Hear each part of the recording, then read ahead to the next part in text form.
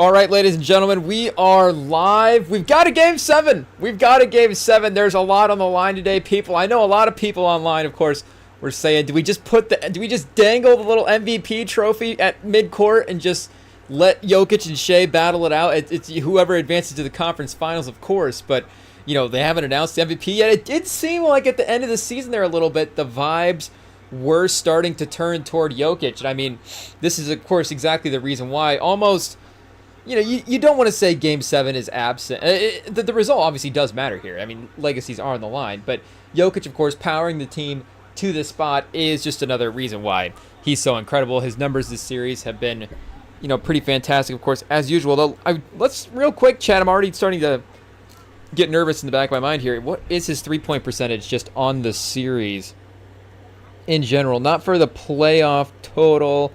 Not worried about those. I mean, the Clippers, obviously, a much different situation, again, just because that last game, not right off the bat, it did get into the second quarter, but by the end of the game, there was more time spent, not necessarily questioning the results of that game when we were playing it than was, because, again, the Nuggets just, in the way the Clippers continued to kind of get worse and worse throughout the course of that game, that game just turned, and the Nuggets won that game very dramatically, obviously.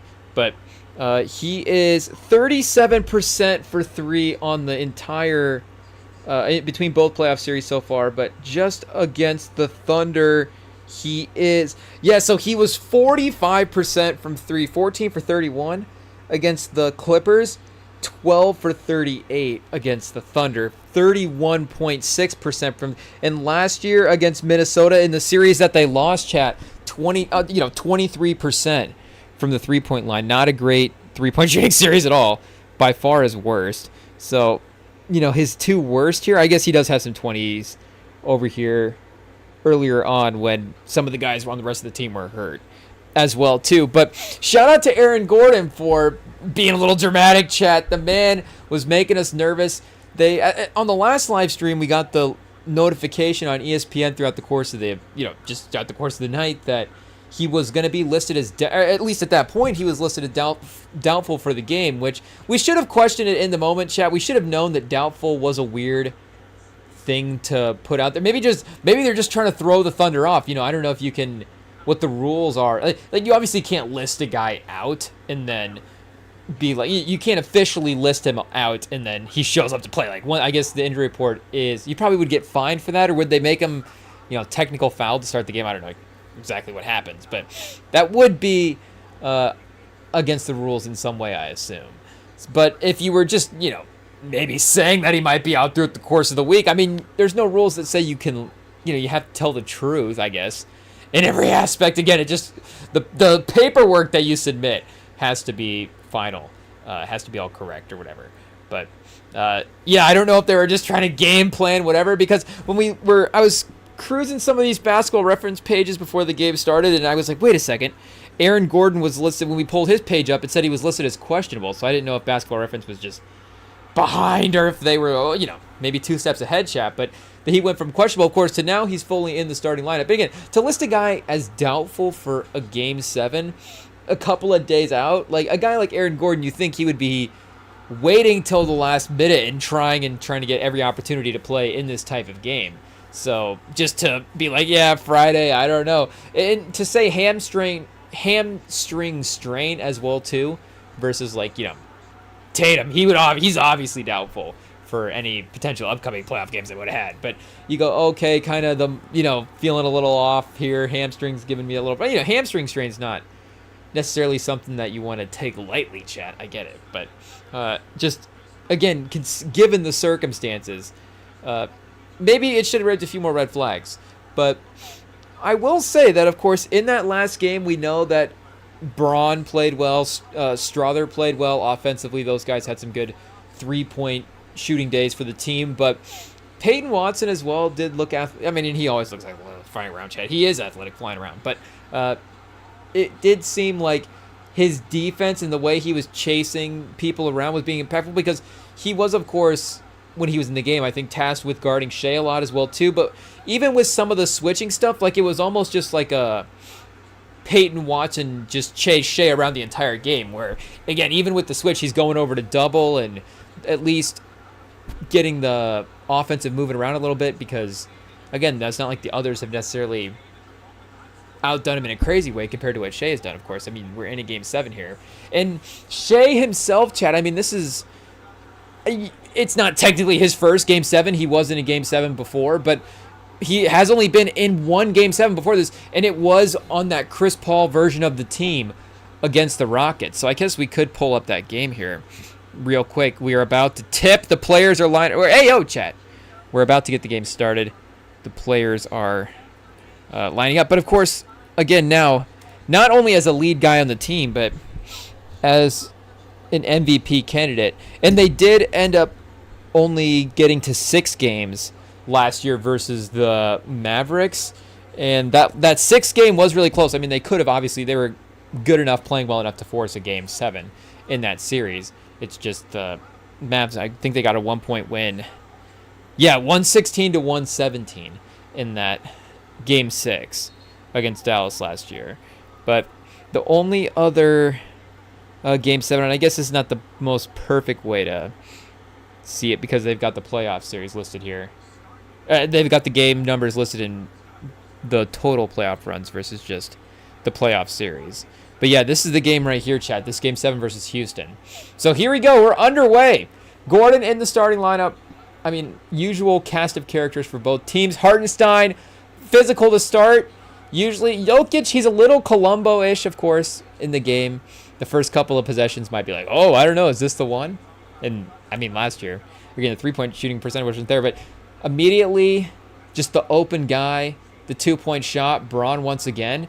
Is Braun going to win him a title this year, chat? Like we said, it's always in the others. So, you know, is Braun going to be the Bruce Brown, Contavious Caldwell-Pope guy that's going to ascend a couple of levels? And, I mean, Gordon already has been that type of guy himself. So, I mean, of course they need Gordon as well, but it would be interesting to see.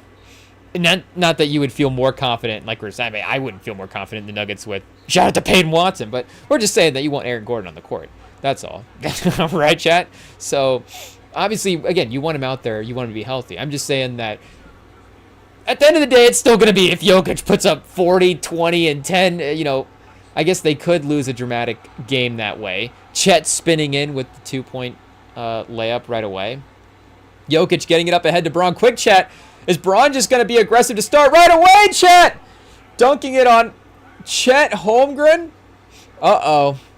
The Christian Braun Game 7. It's all, you know, it's always the random guys. Is it Grant Williams taking out Giannis one year, chat? Is it? And you look in this Game 7 as well here. Ultimately, the Rockets did get the win. And they should have won that game. Again, this Thunder team was a feisty team. Was this Rockets team like a 2 or a 3 seed this year? I mean, it had to have been. Oh, 4th? Was it a 4 versus a 5? Did the Thunder get all the way up to the 5 seed last year? Or I guess that one year that happened here. Like, let's go to the league and double check. Man, Chris Paul, chat. I guess, you know, 44 wins. I guess we're thinking in terms of their win total this year. You know, a Chris Paul led Thunder, of course, in this version of the West, chat. You know, he'd have to go through, of course, Wembanyama. Be terrifying in the playing game. But, yeah, a 4-5 matchup. I thought that was like a 2-7 type matchup. But maybe that was more like preseason projections. But regardless, goes to 7 games. Braun, three-pointer in the corner. No good. Porter Jr., the offensive rebound. Porter Jr., offensive rebound, chat. Yikes. Of course, if Jokic kills you on the boards, you're just like, yeah, it is what it is. Gordon, he's going to get his rebounds as well, too. But where's the boxing out in the first quarter? Dagnall with the timeout. You can't let that happen. Because, I mean, Porter Jr. is not necessarily like flying in over the top of everybody. And it's like, oh, man, he snagged that rebound over the top of 6, you know, Oklahoma City guys or whatever. But Shea in this Game 7, 19 points, 6 of 11 from the field. So not a bad game whatsoever. I guess, you know, game plus-minus wise, -8. So not great just looking at that, I guess. But Lou Dort in this game, chat, was the main focal point of the offense. 10 for 21 from the field. 6 for 12 from 3. He did get 30 points. 4 for 6 from the free throw line. Not bad as well. Shea just led the team in minutes, too. 40 minutes. Chris Paul, 39. Steven Adams, Gallinardi. And look at this bench, chat. I mean, the Thunder have definitely... I mean, shout out to Presti. You go back and look at this early team, and I mean, I get they didn't have Andre Roberson healthy for this game, but their bench of Dennis Schroeder, Darius Bailey, and Nerlens Noel, though, 2019, 2020 brain chat. Hey, yo, we gotta remember that we did have a little bit of Nerlens Noel stock back in the day as well, too. So 14 solid minutes, only a -2. Not too bad. Gallinari, a -16. Yikes, chat. Maybe it cost him the game. But Harden in classic Game 7 fashion, 1 for 9 from three-point line, chat. 4 for 15 from the field, 17 points for the game. It was really Covington, 6 for 11 from the field. And Jeff Green, chat. 3 for 4 from 3, 13 points. I guess you get Westbrook with a 20.9 rebound game. Only 2 assists. He's trying to pass to Harden. Harden's not making his three-pointers.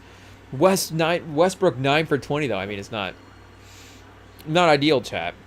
But yeah, it's just tough to be like, anytime you pull up a Game 7 box score with some certain players in it, chat, and you're like, oh no, it is what it is.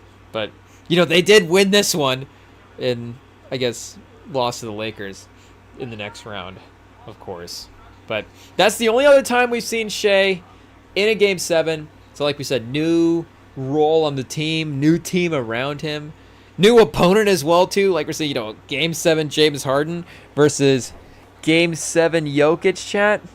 We'll have to see. I mean, Jokic, for the most part, looking back at some of the Game 7 numbers, have been solid. And again, he's just going to put up those impressive box scores all the way around. I mean, Harden, obviously a box score guy as well too, but he had 9 assists in this game. I guess 3 rebounds, 3 blocks, and 2 steals though. 4 turnovers. Do we need to go back and check the tape? Again, they did win it, chat, but the 1 for 9 is always just a brutal visual anyways, especially when you compare it to other games where the result obviously didn't turn out the same way in favor of the Rockets. So, but it'll be a prove it opportunity, chat. And I mean, I think Shea has kind of already proven that he is. I mean, of course, he's proven that he's a good player. He's an MVP level candidate as well too, and he's gotten his team to the second round of the playoffs as a lead scorer. I mean, once Jokic and Giannis kind of ascend, of course, and maybe we start giving them the benefit of the doubt too as well after they win the title. But you start giving those star players the benefit of the doubt of like, well, if their teammates made some more shots in this way, made a 3-pointer here, 3-pointer there, then if they get the help, like if when Murray starts playing bad, of course we all blame Murray instead of Jokic. But with Shea, again, as a superstar, he has been a consistent 25 plus to 30 point a game score in the playoffs. The fourth quarter stuff a lot of times has been there as well too, chat. But it is a little interesting level up here as well, because I mean, like we're seeing in the Eastern Conference, a guy like Brunson, I mean, this is where the playoff stuff can become a separating factor, where in the regular season, the hierarchy in the league was like so locked in for these player ranking stuff, and we're thinking of it in the, I'm sure the awards lens and the All-NBA lens stuff helps as well too. Christian Braun with the heat check, chat. 28-footer, like spinning around. Oh, was that Shea with the pass? I was still trying to process that Christian Braun 3, but that was a good thread the needle to Hartenstein there. So the Thunder, chat, I mean, counter punching, and the series has gone. That's alternated every game, right? Am I crazy? Has there been a back-to-back win at some point in the series? Do we need to get a refresher on the results of this own series, chat? But the Thunder have been in that spot. I mean, obviously the Nuggets won Game 1. So the Thunder have been in that spot a lot of times of responding after a Nuggets win. And that's, part of the Nuggets thing as well too, which is why it's going to be so difficult for them to continue to make these playoff runs continue to win these next couple of series. It's like their ability for everybody on the roster to just have multiple good games in a row seems like a bit of a struggle at this point, chat. So yeah, Denver, OKC. Oh, so OKC won Game 4 and Game 5, so Denver would have to win Game 6 and Game 7. Okay, that makes sense. But Game 5 would have been back in OKC. Denver, the series kind of goes even 2-2 through those first 4 games. It resets a little bit in those last 3. So you're just thinking the Thunder, they held on to home court in that first game, went to Denver. Denver held on to their home court. So I guess, we would expect the Thunder to hold on to home court here if we were just resetting the series and alternating again. I guess it would favor them in that way as well too in the Galaxy brain prediction world of it. And I know, looking at some of the ESPN odds indicators as well too beforehand, it's like, the Thunder obviously are going to win in some of the mathematics stuff. But this is really like you kind of throw out the whole math of the series and just go, it's the best players playing against each other. And I guess Shea doesn't, of course, have to be the best player in the game. But again, as you've seen in some of these close game stuff, and as you've seen Brunson take down a guy like Tatum, or Tatum, of course, unfortunately, I guess his Achilles took him down. But you see Brunson kind of ascending past these levels, and there's real conversations about the guard stuff in the league afterwards. But like we were saying with the regular season, that Shea's just kind of locked into that number 2 to number 3 best player in the league standpoint, and as well too, the Thunder winning nearly 70 games this year. It's not like he's again not deserving of that, but that's why we did the playoff rankings before the playoff rankings, and was like, hey, what does it look like, the player rankings, and then how's it move in the playoffs? Because if Brunson is in a conference finals and Shea is not, it's not writing off Shea. It's just sort of the instant power rankings of it. It's like, hey, Brunson is having some good success here. Halliburton's having some good. I guess both these teams are in the conference finals, like we're saying. They're playing against each other. But again, the Knicks did give. Now we're always raising the bar, chat. But the Knicks did get past a little injury there to end the series and sort of give a little bit of a mini asterisk. I don't know if it's a full sized, on the graphic, but it's not Thunderbolts obvious on the graphic, but it's like, oh yeah, Tatum did get hurt those last couple of games. You never know. Again, he got hurt down 3-1, so the math is definitely in their favor. But I just feel more. It doesn't really matter. It's like Jokic. I just feel like I want to take Jokic's side in terms of prediction because of course, his greatness as a player. It's the Mahomes trick as well too. But this doesn't feel, of course, as well as I say that 14-8, but. I don't know. Does this feel like Eagles Chiefs? Does this feel like that level of a separation of a matchup and mismatch? And maybe not as well too, because again, it's a game 7. It's not a 1 game. Oh, the Super Bowl. I guess the Nuggets, the Thunder did have that performance over the Nuggets in game 2. So if that was the 1 game, then we'd be giving them the credit, I guess, as Philly. But yeah, Shea, just his ability to solidify himself back in that top spot is definitely on the table tonight, because as well, I think obviously they're going to need him, but there was that world where the Thunder are just so overwhelming, and not to say that they're not, but it's just, everybody on the floor can hit a shot. Jalen Williams, you're going to be swinging it to Lou Dort, to Chet, and now Hartenstein is in the, middle paint operating area. Jokic, I just going to just tap in and one there, just like randomly flipping it up, but not quite able to get it to go.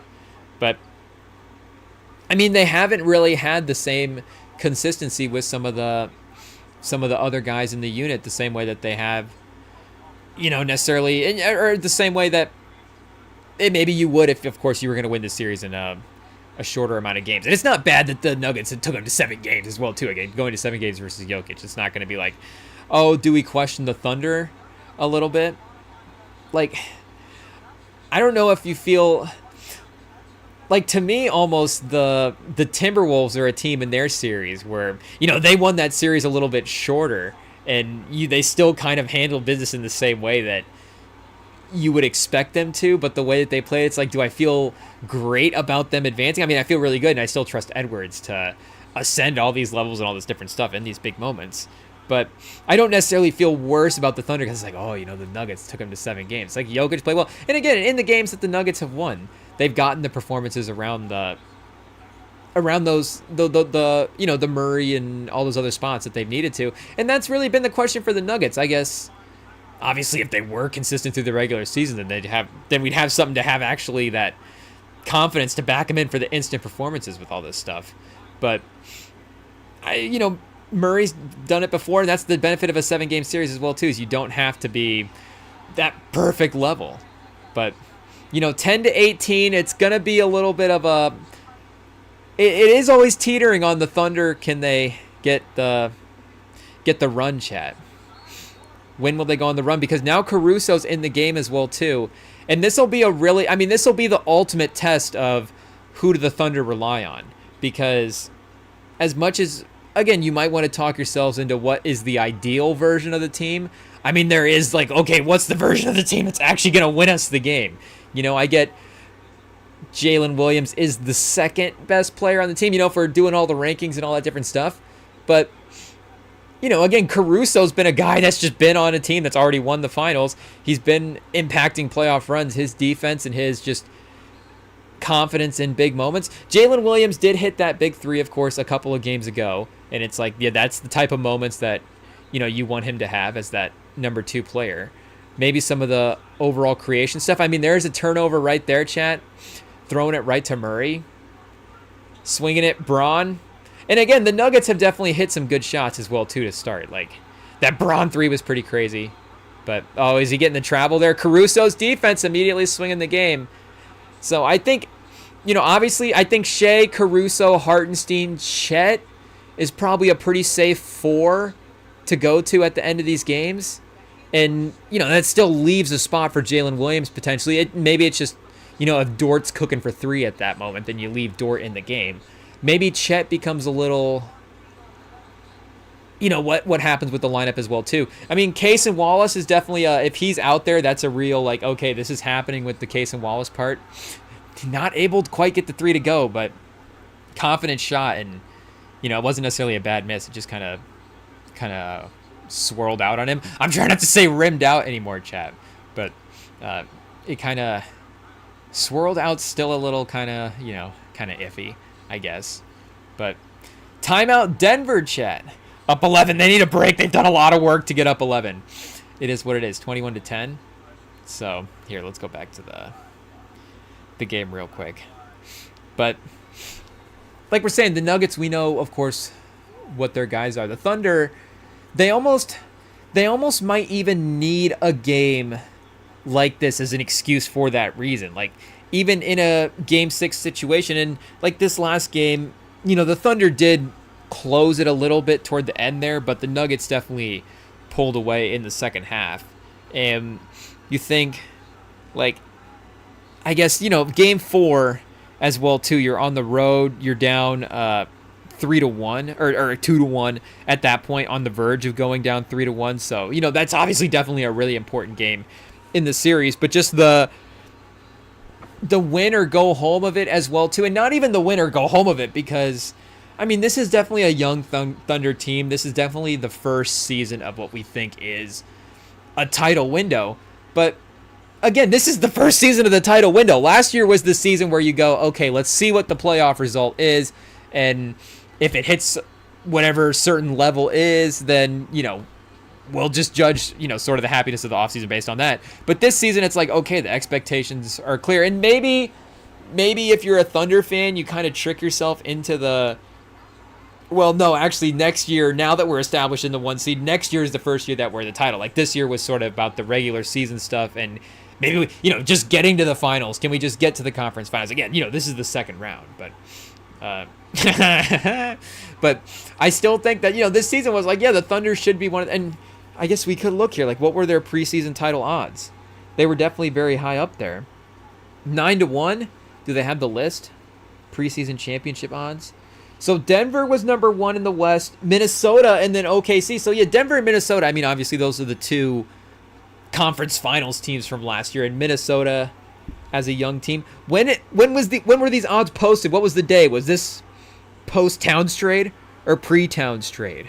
I'm not exactly sure, but again, you see them right in that mix there, plus 850 to 9-1. It's not necessarily a huge jump. And I guess if we were looking at over under as well too, win total, they had the second highest regular season win total as well. So again, the status for them was already right there, of course, going into the season. So, if you're Dagnall, if you're a coach, if you're the guys or whatever, it's more than just, we're going to be in a spot where we're now more desperate, down 3-1. We're now, this is kind of, just more of a tough place to be. This is like, this season is over. This is the first year of the window is closed and we didn't get as far as we wanted to. This is, what happens with the fact that we were in such a good spot with all the contracts and all this stuff. And again, we have so many picks going forward that you don't want to just keep pushing it off into the future. Like, this is it, chat. This is it. This is the first year of that title window. And I guess the Celtics have been a team that have been in a title window for a while, but I guess it's either the Celtics or Philly. Shout out to Philly. But the Philly title, I mean, that game in that series against the Raptors, of course, just stands out in such a dramatic way. And do the players on the Thunder go necessarily the route the way that some of the players on Philly have? I mean, Embiid went on to win multiple MVPs. So does Shea go on, or, win one MVP, be in the voting top end for multiple years for the MVP? So, I mean, Shea's already kind of in this range, and, could he continue to be Embiid like in the regular season as well, too, for sure. And, just the way that they managed the roster, the way certain players had, of course, their performances affected, chat. Like, it was just a very dramatic, like, all of a sudden now it's different. And the Maxey pick, and there were some different things that kind of, give you hope. It's like, we're still in the mix here as like a competitive team, as like a fun team. But then all of a sudden you're like, wait, what are the contracts on this team? And I know what the names are of the players, but what are the performances that we were getting? And all of a sudden it's like, whoa, is this, not only are we not in a title window, we're like now set back as well too. And again, the Thunder, it's not like everything's going to come crashing down after one season. Like, it's still future-wise set up the best in the league. But again, one title window year down, chat. And especially the fact that the Eastern Conference is shaping up in the way that it is as well too, because Boston, of course, was always sort of a bit of a, I don't want to call them a disrespected champion, chat, but they were definitely a little bit of an under-respected champion, that's for sure. We weren't giving them that full, this is that terrifying dynasty level team. And again, they were down 3-1 when Tatum got hurt as well too, so maybe it wasn't so far off. We'll see what they are able to accomplish in the offseason. And then, again, Tatum's injury as well too is going to put a setback in all these plans. But they at least have been, of course, an experienced playoff team, been in multiple finals, and been in a lot of big games. And if that becomes a deciding factor in a moment, say that is the finals, of course, these top two teams, Boston versus OKC, of course, obviously Boston's out now, but just in terms of who OKC could have matched up against in the East, Boston would have been one of those teams with the finals experience and the playoff experience to go up against them. And the East is, of course, like a lot of those teams with the experience are in the West. So getting through the West, it is a little bit of like Peyton Manning's Super Bowl in 2007, where you look at the Super Bowl itself and you're like, okay, the Bears are not necessarily the best matchup, but of course, you have to go through the Patriots in the conference championship game. You have to go through the Ravens defense in the semifinals. The Chiefs in the wild card were a pretty feisty. I think they were an 11-win wild card that year. I could be wrong, but maybe a feisty. Maybe they were like an 8-win wild card. I don't know, but they were kind of a feisty team as well too. So it's like the playoff run as a total was impressive, even though the last game. And not to say that the last game wouldn't be impressive, chat.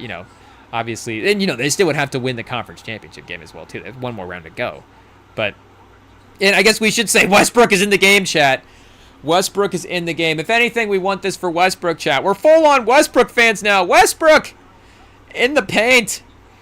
Passing out. Okay, just getting to Jokic, probably the smart move. Westbrook, is he going to take a three? He is, chat. It's in. Oh, it's not in. It was kind of straight, though. It was kind of straight. It was kind of on line. So if he's not too far off from being dialed in, that's not a bad sign. Case and Wallace with the transition stuff. So Wallace is swinging. We got Wallace, Caruso, Shea, Chet, and Wiggins, chat. Aaron Wiggins. So a little bit smaller. Chet at the 5. They got Case and Wallace on the switch on Jokic. Case and Wallace, can he hold up, chat? Wiggins and Wallace double. Jokic, somehow he gets the ball like a tight end, chat. He missed the shot. The 5 interior defenders on Jokic. Turns out it can actually have some effect on him. But he was able to just get the pass in traffic. I mean, Ballard might be like, can we draft Jokic and use him in some red zone routes? Just post him up in the red zone and just jump ball. Jokic's money. Peyton Watson starting the break chat. Here we go. I mean, maybe like Hartenstein for Wiggins, of course, is the immediate just how does this lineup become the closing lineup? What is the missing factor here? Because Westbrook, of course, Watson, Murray, and Braun is not far off. I mean, Gordon and Porter, of course, are in the mix as well too. Chet on the back cut, so it's gonna get this lineup is gonna get Jokic at least moving around a little bit more on defense as well too. That's true. But the switch stuff, they're switching him into guards right now. But if you're switching him into guards and just doubling him, the hands are, maybe they can make life difficult. Murray though gets in the paint there off the drive. Good drive. Oh, you can't leave Wallace in the corner for three. Passes back, Chet. Don't be afraid, Wallace. Don't be afraid. He is over. Oh, Caruso. Caruso's here to play. Caruso's a guy for him tonight, chat. Caruso's honestly their number 2 at this point. I think Caruso, and maybe that's just my mind, but Caruso, for me, who do you want out there? I don't know if he's, again, their second best player, but Shea's the first guy that I want out there, and I just have to have Caruso out there. Again, maybe there's 2 other players that I put out there that are technically better than Caruso, however you want to phrase it. But he's the second lock right now for you have to have him on the floor in big moments, in clutch moments. His defense, his three-point shooting, he flips the game every time he's in the game. The 2 people that flip the game when they're in the game, chat, are Caruso and the center Jalen Williams, because center Jalen Williams has been getting cooked this whole series by Jokic. So I don't know if we go plus minus and look at those stats. Oh, Chet, the corner 3 misses, but Wiggins with the offensive rebound. So the boxing out, not necessarily great from either side. Chat, where are the fundamentals? Where's the basketball 101? No boxing out tonight, apparently, in a game 7. Caruso, he forces the Jokic 3. I mean, the shot clock, the end of the quarter clock was running down, but he stood in front of him. I mean, Jokic is not going to, rip through, take Caruso off the drive from the top of the key, but he could have done a 1-2 dribble, maybe gotten into the post for a better look. Caruso forcing the fadeaway 3 at the end of the buzzer. So feel the energy of the crowd, of course. At the end of the day, this is Oklahoma City, one of the best environments in the league, chat. But yeah, we did. I did also want to mention as well too, I guess, real quick, since we are in timeout, that because one of the sneaky little Sunday traditions that is starting to happen as well too, because I guess we've been getting into the UFC more and more over the years, but it still has been a lot of the main pay-per-view type stuff. And then, if there's a name in the fight nights that we're interested in, of course, we'll turn it on. We'll make sure to stay tuned in with the people that we're, fans of, I guess, and following and stuff. Like, if we see our guy Jalen Turner on the fight card, chat, we're just like, okay, well, I guess we're watching this UFC fight card. It is what it is.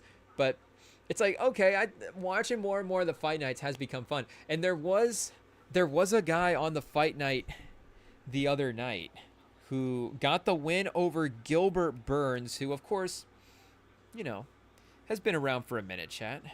I don't know. We can't speak fully. I don't know if Gilbert Burns is fully at the peak of his powers right now. Magical Morales, is that what they're going with? Michael, am I even saying his last name right? Yeah, it's definitely Morales, chat. I just, see that. And, of course, you start thinking Miles Morales.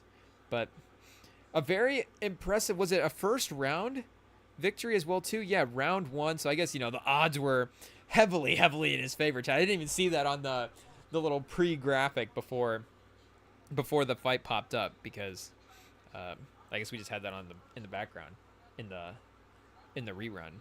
But yeah, he did look good, Chad. Number 12, so I guess he goes up to number 8. I don't know what his history is as well too with this.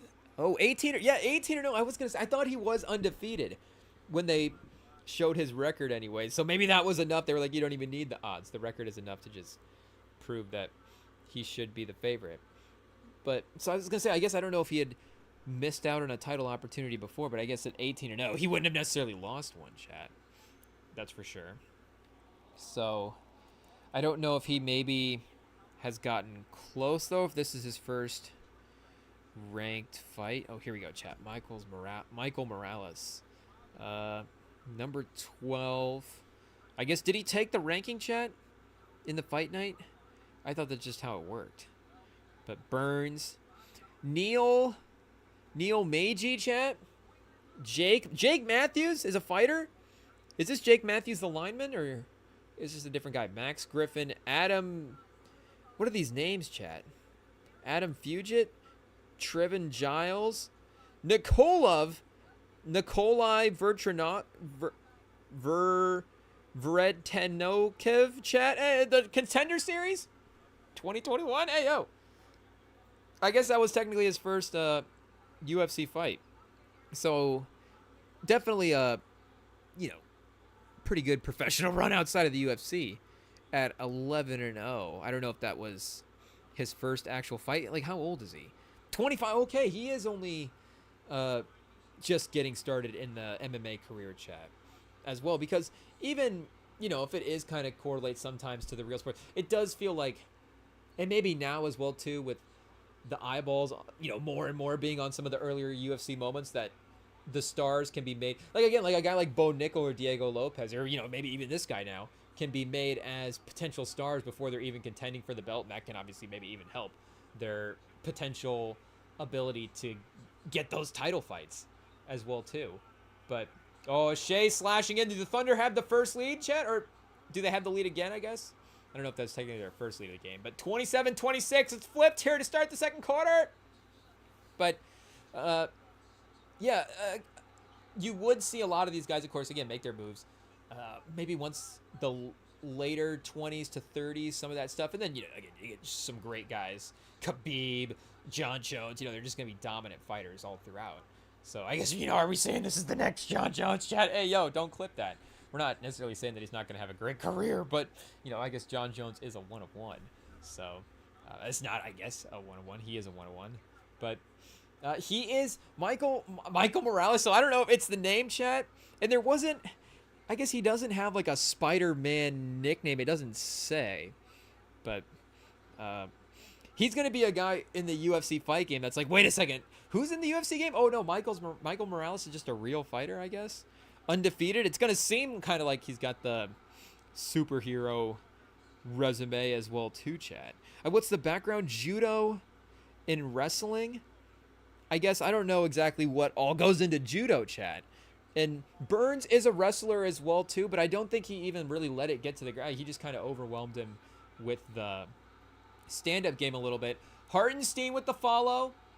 So Hartenstein in the game for Chet. I mean, yeah, that's the other thing, Chet, is just kind of, again, just get really, solid at the center position and spread the floor with the rest of the wings. And not to say that Chet can't be a dynamic three-point shooter, but maybe some of the athleticism flying around that you want from the rest of the wings, maybe you get it from some of the other guys in the roster.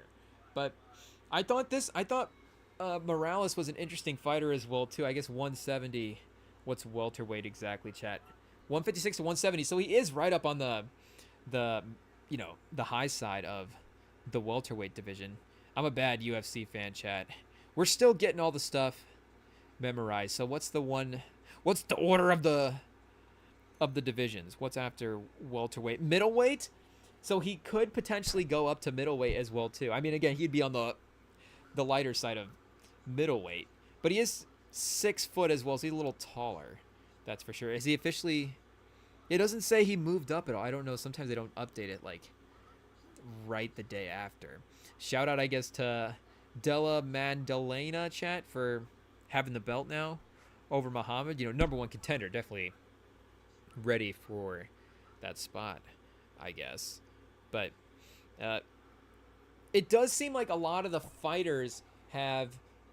Like, it does seem like this is maybe a different type of athlete that is starting to get into the fighting.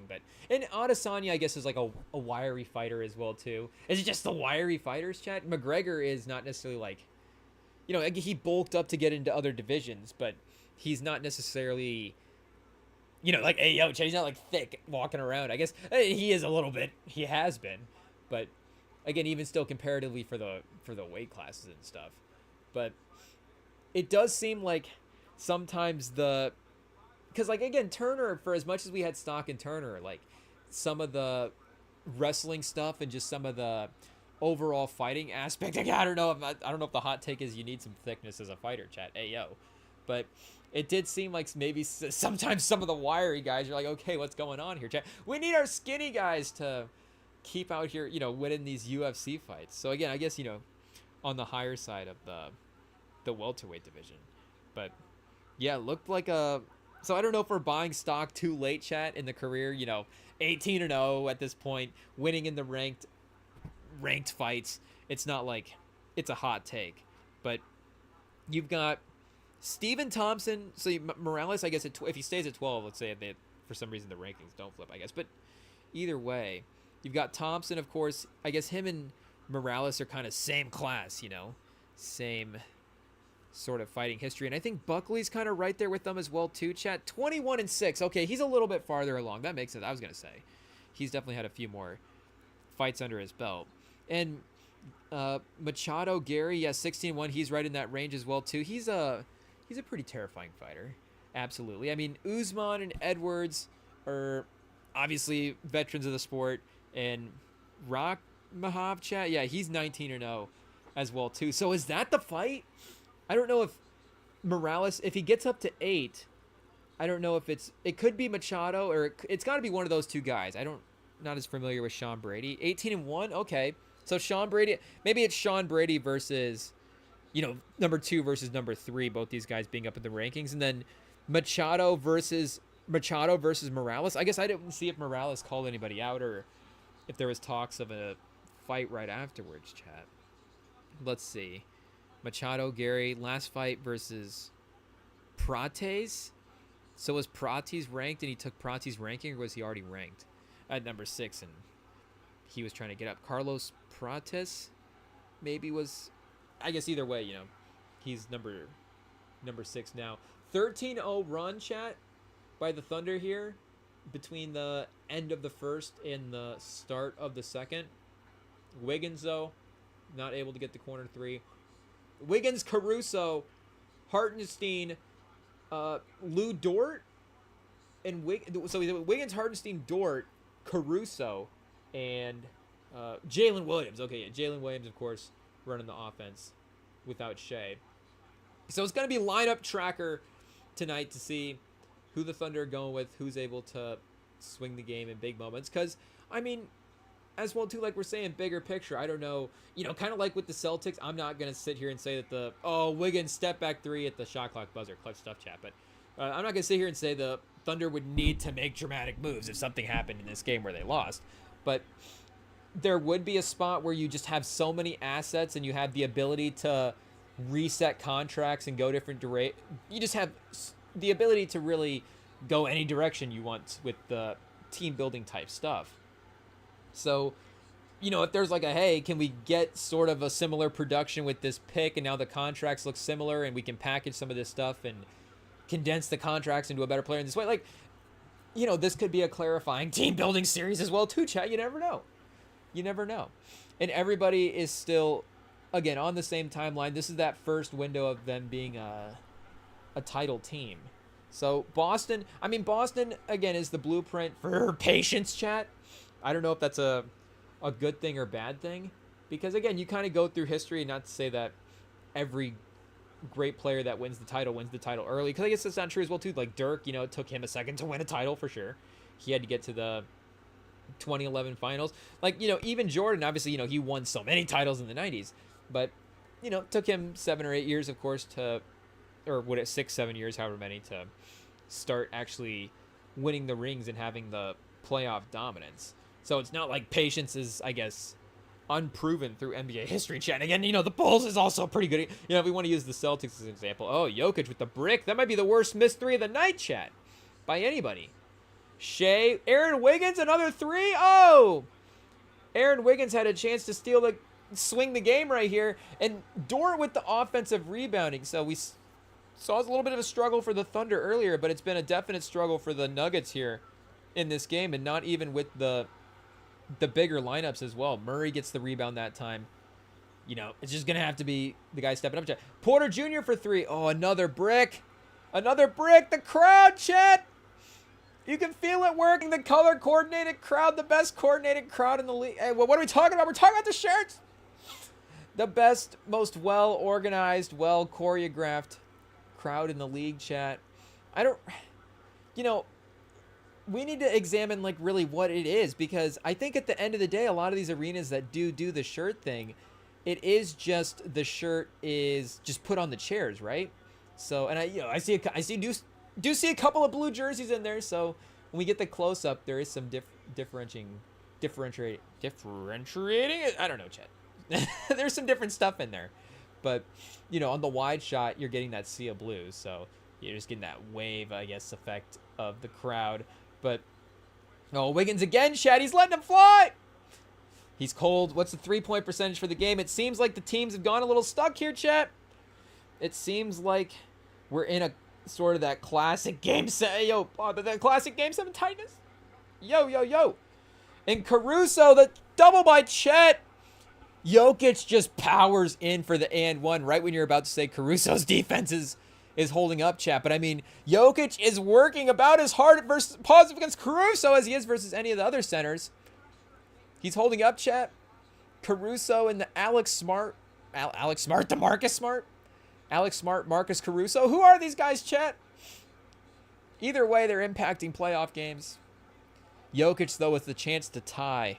But, I guess the ESPN, of course, is going to sit a little bit ahead.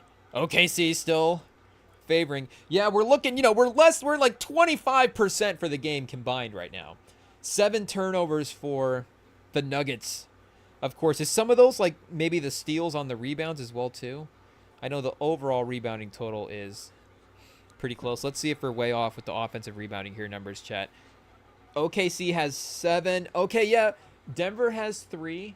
So they have doubled them up there a little bit. Another turnover by Denver. Maybe that's the 7th one. We're still catching up to the ESPN. Gordon. Caruso, chat. Caruso, do we need to install a semifinals MVP? Do we need to just have player of the series as an award? We might have to. Conference finals MVP is fun. I get it. It can add to the legacies. Oh, Christian Braun, chat. Christian Braun. It's a battle for the MVP. It's a battle for the white guy standings in the NBA. I mean, Caruso could make a push to number 1, chat. This could be the last real battle we get because I guess, the white American battle, because obviously, Jokic would be, the best white player in this game, chat. But, with Cooper Flag entering the league, I guess we could say hopefully. But, if iron sharpens iron, chat, if Cooper Flag is awesome and some other, Austin Reeves is also awesome, then it's not to say that, we hope that Cooper Flag is always better than Austin Reeves. But again, is there a fun possibility, I guess, with a great player potentially in that demographic, chat? Something that the NBA, I guess, just has a historical anomaly at this point, chat. The 25-point-a-game white guy, the first team All-NBA white American player. I guess, when was the last time that they made first? Is Bird the last time that a white American player would have made first team All-NBA, chat? The 80s? The 80s, so Cooper Flag can, really be a relic at this point in the NBA. And Caruso, though, at least fighting for the standing at number 1, because would Reeves, who has the pre-Cooper Flag power rankings, chat? Maybe we'll, after the offseason is set as a subcategory, maybe we'll break off some of the top 100 rankings into some different subcategories. I don't know, chat. But in terms of establishing before Cooper Flag gets into the league, what the standings are. Hero definitely made a push this year. Maybe, him and Reeves both in the playoffs. And I guess Chet as well, too, has a chance. But Caruso is, I guess going into the series, would Chet have had better odds, Chet? Best white guy, best white American in the series? Chet Holmgren? Most points per game? And I guess Caruso wouldn't have the points per game advantage over him necessarily. Braun might have more points per game than Chet in this series. Oh, shot on the floor, chat. Braun fouled on the and one, but not going to get the call. So Denver is able to withstand the run a little bit. Now they're battling with them. you know, Denver or OKC did get back in the game, and you don't know if they're just going to flip and go on the run. And not to say that OKC needs to demolish Denver in this game. Obviously, again, it is. We understand the matchup that it is. It's just that, hey, going forward, this is that championship window. These are this is just what's going to happen, Chad. You're going to get in these situations. You're going to find yourself in a little game 7 against a great player. Unless, I guess, you're Boston last year making a run for the finals. But, hey, Chad, whoa. What are we talking about? What are we talking about? They're fine. Tatum, just get healthy, chat. Just get healthy. Tatum's a champion. He's great. It is what it is. But 8 turnovers, 8 points off of the turnovers. Jalen Williams for 3. Another missed 3 by OKC. The defense is ultimately what's keeping them in the game. So I don't know if we need to compare them to Boston, because there is a little bit of similarities as well, too. Just, again, in some of the reliance of the 3-point stuff, but just with the way their defense, and I guess with the reliance for the Thunder, maybe it's more the reliance on the 3-point stuff in terms of what their offense is. Maybe for the Celtics is a little bit, a little bit bigger than that. It's a little bit more of what the actual full team is, where the Thunder do just have this extra level defensively that they can go to. And Boston, in the past, I mean, they have had that. Is that, again, the turning point of some of these players on the roster and what is going to need to be looked at in the offseason? Who knows, Chad? But for the Thunder, they obviously can swing these games defensively. And, it's not just them making defensive stops, as we've seen a couple of times already. It's immediately getting the steal. I mean, they might lead the league in, steals at half court, where it's just the ability for them to just get that steal and turn that into such an easy transition bucket is, it's right in front of them, Chad, because they're just switching the court, obviously, when the other 4 guys are 20 feet away from the rest of the play. But that at least does seem to be, and that's, of course, why Caruso has been influential for them in this series, and why that maybe the hierarchy of the team falls in that way instead of, because again, it's can Jalen Williams be the guy that gets buckets at the end of the games for him? And there we go, Chad. Jalen Williams with a little layup right there. But maybe it's not that. Maybe the identity of the team is, of course, Shea getting all these buckets of the game, obviously, and then the other guys making the great defense and being ready to hit these shots. So, I mean, the great thing about J-Dub is he can fit right into that as well, too. He can potentially be a off-ball scorer, and he can play defense, great defense as well, too. And the Thunder, and the physicality, the refs are probably definitely letting them get away with some stuff, but the physicality is definitely bothering Jokic in this half, chat. They're not necessarily, and any 3-on-1s is going to be it's just the math. If it was a fight, at some point, Jokic is just going to be overwhelmed. But he's still not necessarily getting shots in the interior against these shot blockers from OKC and against these centers. He's going over Caruso. He's the doubles by Case and Wallace, but they're just making these entry pass lives difficult for him. When he's dribbling, the doubles are difficult. I mean, yeah, he's Caruso, Lou Dort, and Shea right there just playing defense, denying the pass. I mean, Chad, Caruso might just have to, I don't know what even the rules are for regular season MVPs, but we might have to just start making up do we start making up playoff awards to give to Caruso, Chad? But it's just, to swing a series defensively, swing a game defensively like this against this kind of player, I think if I'm remembering correctly, Chad, I don't want, again, we don't want to just, Embiid doesn't need to be catching strays here, but was Marcus Smart was that not the thing, Chad? Was it not him versus Joel Embiid as the series where it's look at Marcus Smart can go up against all 5 players? As maybe it wasn't even a series, maybe it was just a couple of games in the regular season, chat. I don't know, but let's see if he's got some Philly matchups in here and what those look like. Okay, yeah, this series against Philly where they won in 5, and then this series against Philly where they swept them in 2020. And then is there another series against Philly in here at all? Oh, another series against Philly where they got him in 7, chat. They got him in 7. Oh, yeah, last year, Harden, couple of performances, especially this overtime one, if I remember correctly. And I know Embiid was in and out a couple of these games as well, too. But maybe this series Embiid was hurt. What was going on in this series? Chat, a little bit of a refresher. And I know there's not going to be a way to refresh some of the defensive stuff. I guess, Embiid 8 for 15. What's like a series summary here on this one? Again, Boston with the sweep. Tatum 27 and 10 almost. 48, 45 percentages. Kemba Walker on the Celtics chat. We're really going back in history. I guess, way back 5 years. But that's like, NBA years compared to real years. It definitely feels... The Kemba Walker Celtics run does feel ages ago. Kemba Walker, Enos Freedom, and Daniel Tice. Brad Wanamaker? Do you guys remember the Brad Wanamaker Celtics era? That was a run chat. Romeo Langford, first round pick. Taco Fall.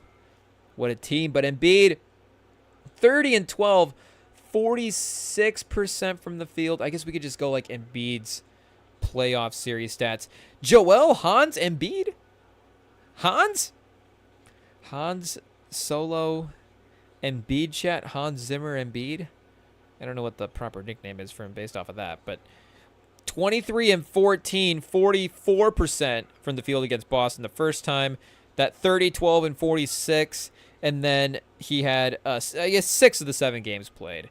He was 42%. I saw, how many games did you show up for, chat Yanks? But 25 and 9 in that game as well, too. But if I'm remembering correctly, those were some of the matchups for Smart. And, Smart, I guess, wouldn't have been there for him last year, obviously, in the run.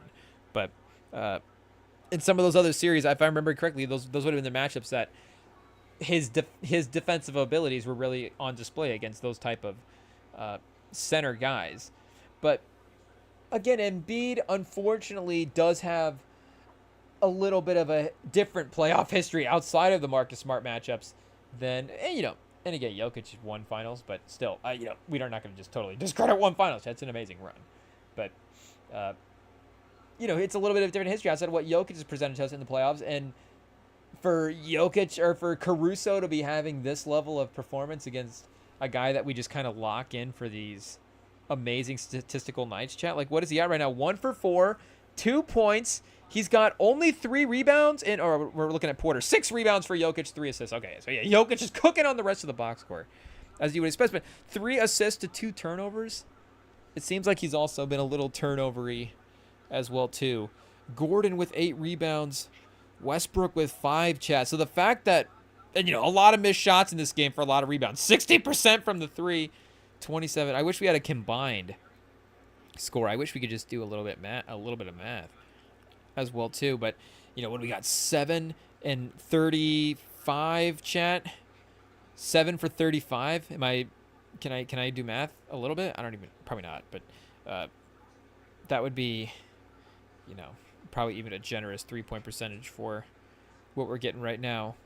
But still, the fact that I guess both these teams do have the rebounds, and the Nuggets are still putting in work. Have the Nuggets flipped the offensive rebounding thing back yet?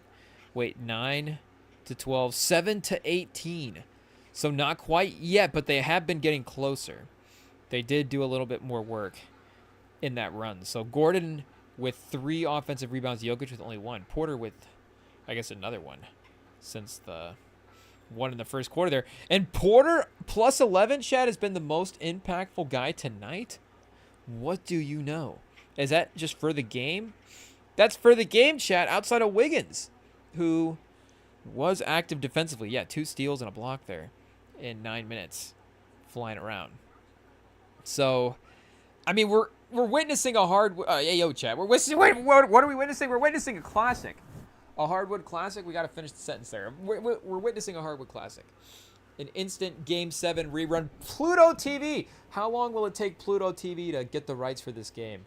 Which I have realized, chat, when you're in college and when you're planning your life, they're like, what do you want to do with your life? You think you have all your goals set and you think you know exactly, like, this is what I'm working toward, this is what I want to do. But as time goes on, I've realized that I think our one true calling is to be the lead programmer over at Pluto TV. I think it would really be the thing that really takes advantage of all of our skill sets. And I don't know if it's us being selfish, if we want it to just really be more and maybe that's where this stuff is going. You get more algorithm based, more, can these streaming services, not even streaming services, but some of the live stuff, can they provide a different live experience for each person based on the algorithm and You know, maybe it's like, hey, we're running the same show for everybody, but everybody's getting different episodes on different times and different whatever. Like, I don't know how they're able to get it all to work. But, and, you know, lead programmer, chat. I know it's a big responsibility, but music videos, I feel like, again, we have interest in basically everything that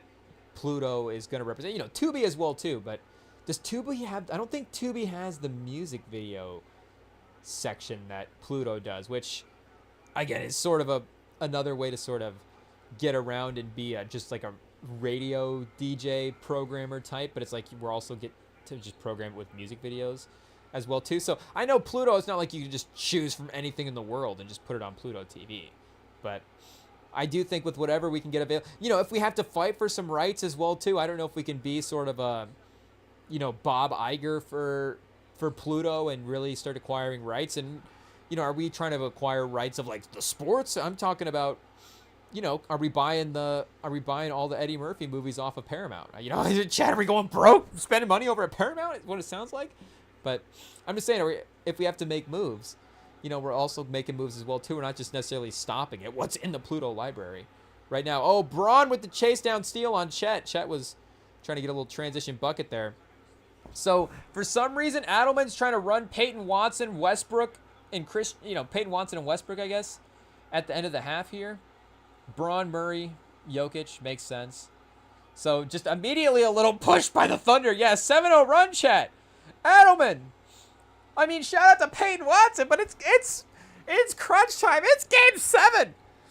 The Thunder are starting to pull away. That's, you know, it's a good timeout, but I guess what's the foul situation? Should we check the foul situation for Gordon with 0, Porter with 1? Keep him in the game. What are we doing?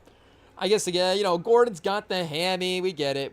You know, maybe he needed an ice pack break, but still, chat. Peyton Watson's minus 21. Russell Westbrook, I mean, Russell Westbrook's our favorite player left in the playoffs. He's minus 21. The Nuggets are only down by 7. The game is literally like 3 times worse when Peyton Watson Westbrook are in the game. I don't know if the math is right, but I'm just trying to look at the numbers, and I'm just trying to figure out how the Thunder win or the Nuggets win this game, and it looks like maybe we stick to some of these guys. I don't know, chat. I don't know. Yikes. A minute left in the second half on ESPN. Sling TV, catch up.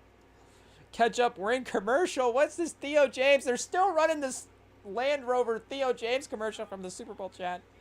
Move on. I guess you really gotta. Do they get royalties though? Do these actors get paid every time you run the commercial? Just run it. I run it once and call her a day. I guess, you know, again, you gotta, you paid for it. You know, you probably want to play it a few times. But yikes, chat. So yeah, easy fix, quick fix, I guess is the other way to say it. Watson, Westbrook out of the game, really quick. So I guess they were what? Like maybe they were probably like minus 14 in that stretch there. And then that quick little 7-0 run didn't help their plus minus case, anyways, for the lineup stuff. But end of the half, Shea Gilgeous with a 3, chat. 52, and I guess they're even going to push it here a little bit more to the teens. Uh-oh. And, oh, Jalen Williams with the steal on Jokic. Jokic can't chase him down. Jokic, chat, has been swarmed all half. Have they figured out how to stop Jokic? Make him run? No, chat. The physicality. Get away with fouling him. Caruso with another steal. Caruso in transition. Jalen Williams down the lane. Oh, chat, it's getting out of hand. It's getting out of hand. 13-point game as we wind down the half. It's a 14-2 run. This is a Murray basket time right here. Jokic is in trouble. They'll probably let Murray go one-on-one. No, back to Jokic. Jokic doubled and fouled by Caruso. I mean, if all 3 guys are on Jokic, somebody's got to get a bucket, chat. Somebody's got to get a bucket. Jokic, I mean, we've got a second half, chat, yet. We can't question him. I guess, again, he's not the one to be questioned. They're like, if Jokic was Jerry Rice, it's like, well, okay, you know, they've got even the linebackers just out in coverage guarding him, but he missed the free throw. Oh, they've officially done it, chat. Hey, yo. Once Jokic starts missing the free throws, that's a sign. Caruso! Caruso, chat, is going to give him to the Western Conference Finals if he keeps it up in the second half. You almost just want to, if you're OKC, you're like, can we just keep playing? We don't need a break. We don't want Jokic to get a reset. We don't want Jokic to like go just sit in his thoughts at halftime and be like, I can't go home, chat. Or maybe, you know, Jokic starts thinking about going home. Maybe you do want him to think about going home. You just start like saying like, you know, you won the finals already. You got the max contract. This team's not going to win the next round too. You want to play 7 more games? 7 more games? The Thunder fans might start, they just need to start chanting that for Jokic. You want to play 14 more games just to not win the finals, chat? Like, come on, just give us this one right now. We're up by 12. We're up by 13. We can make it quick. Hey, out. Professional courtesy, chat. They can send Jokic home as a professional courtesy. They can keep it respectable. They're like, if we kill you by 30, then you know you have to trade all your guys, but we'll only win the game by 12 to 15, and then you can still keep Murray and Gordon and go into the offseason and feel good about your team. Murray, chat, to Jokic. He gets one little runner down the lane. Okay, he got that one to go. I mean, again, what kind of expectations do you want to put on a guy? But it does seem like even those little runners that he has gotten through traffic that you feel like, okay, Jokic, with as great as he is, he can make those. They just haven't quite rolled around the same way that they have in the past. Jalen Williams with another bucket, chat. He's proven a point. He's proven a point. Can they get a half court? Can Murray get a full court 3 to end the half? I don't even think it's going to count. It's off, chat. The Thunder are up by 14. Uh-oh. Adelman, what can you go cook up at this halftime? I think Adelman's just going to give Jokic the whiteboard and say, what do we do? What's the plan? Yikes. Who's even the GM? Who's running the Nuggets right now? Who's watching this team? I don't even know what's going on, chat. It looks like we're about to get Shea versus Anthony Edwards if this second half continues in this way. But, oh wait, we're not even recording anymore, chat. We ran out of disk space. Okay, so that's okay. We can go to halftime. Well, let's take a quick break. We need to settle down, chat. The Thunder. Oh, man. What a run to end the first half. They're pulling away. We've got to clear some storage. Record more of the pod. Sorry for the pod people that I guess you're just going to miss that chunk. But it is what it is. That's why you got to stay live on the YouTube for these moments, chat. Okay. Halftime break. Everybody take a breath. Let's see if Jokic can do this in the second half. Pause. Ayo.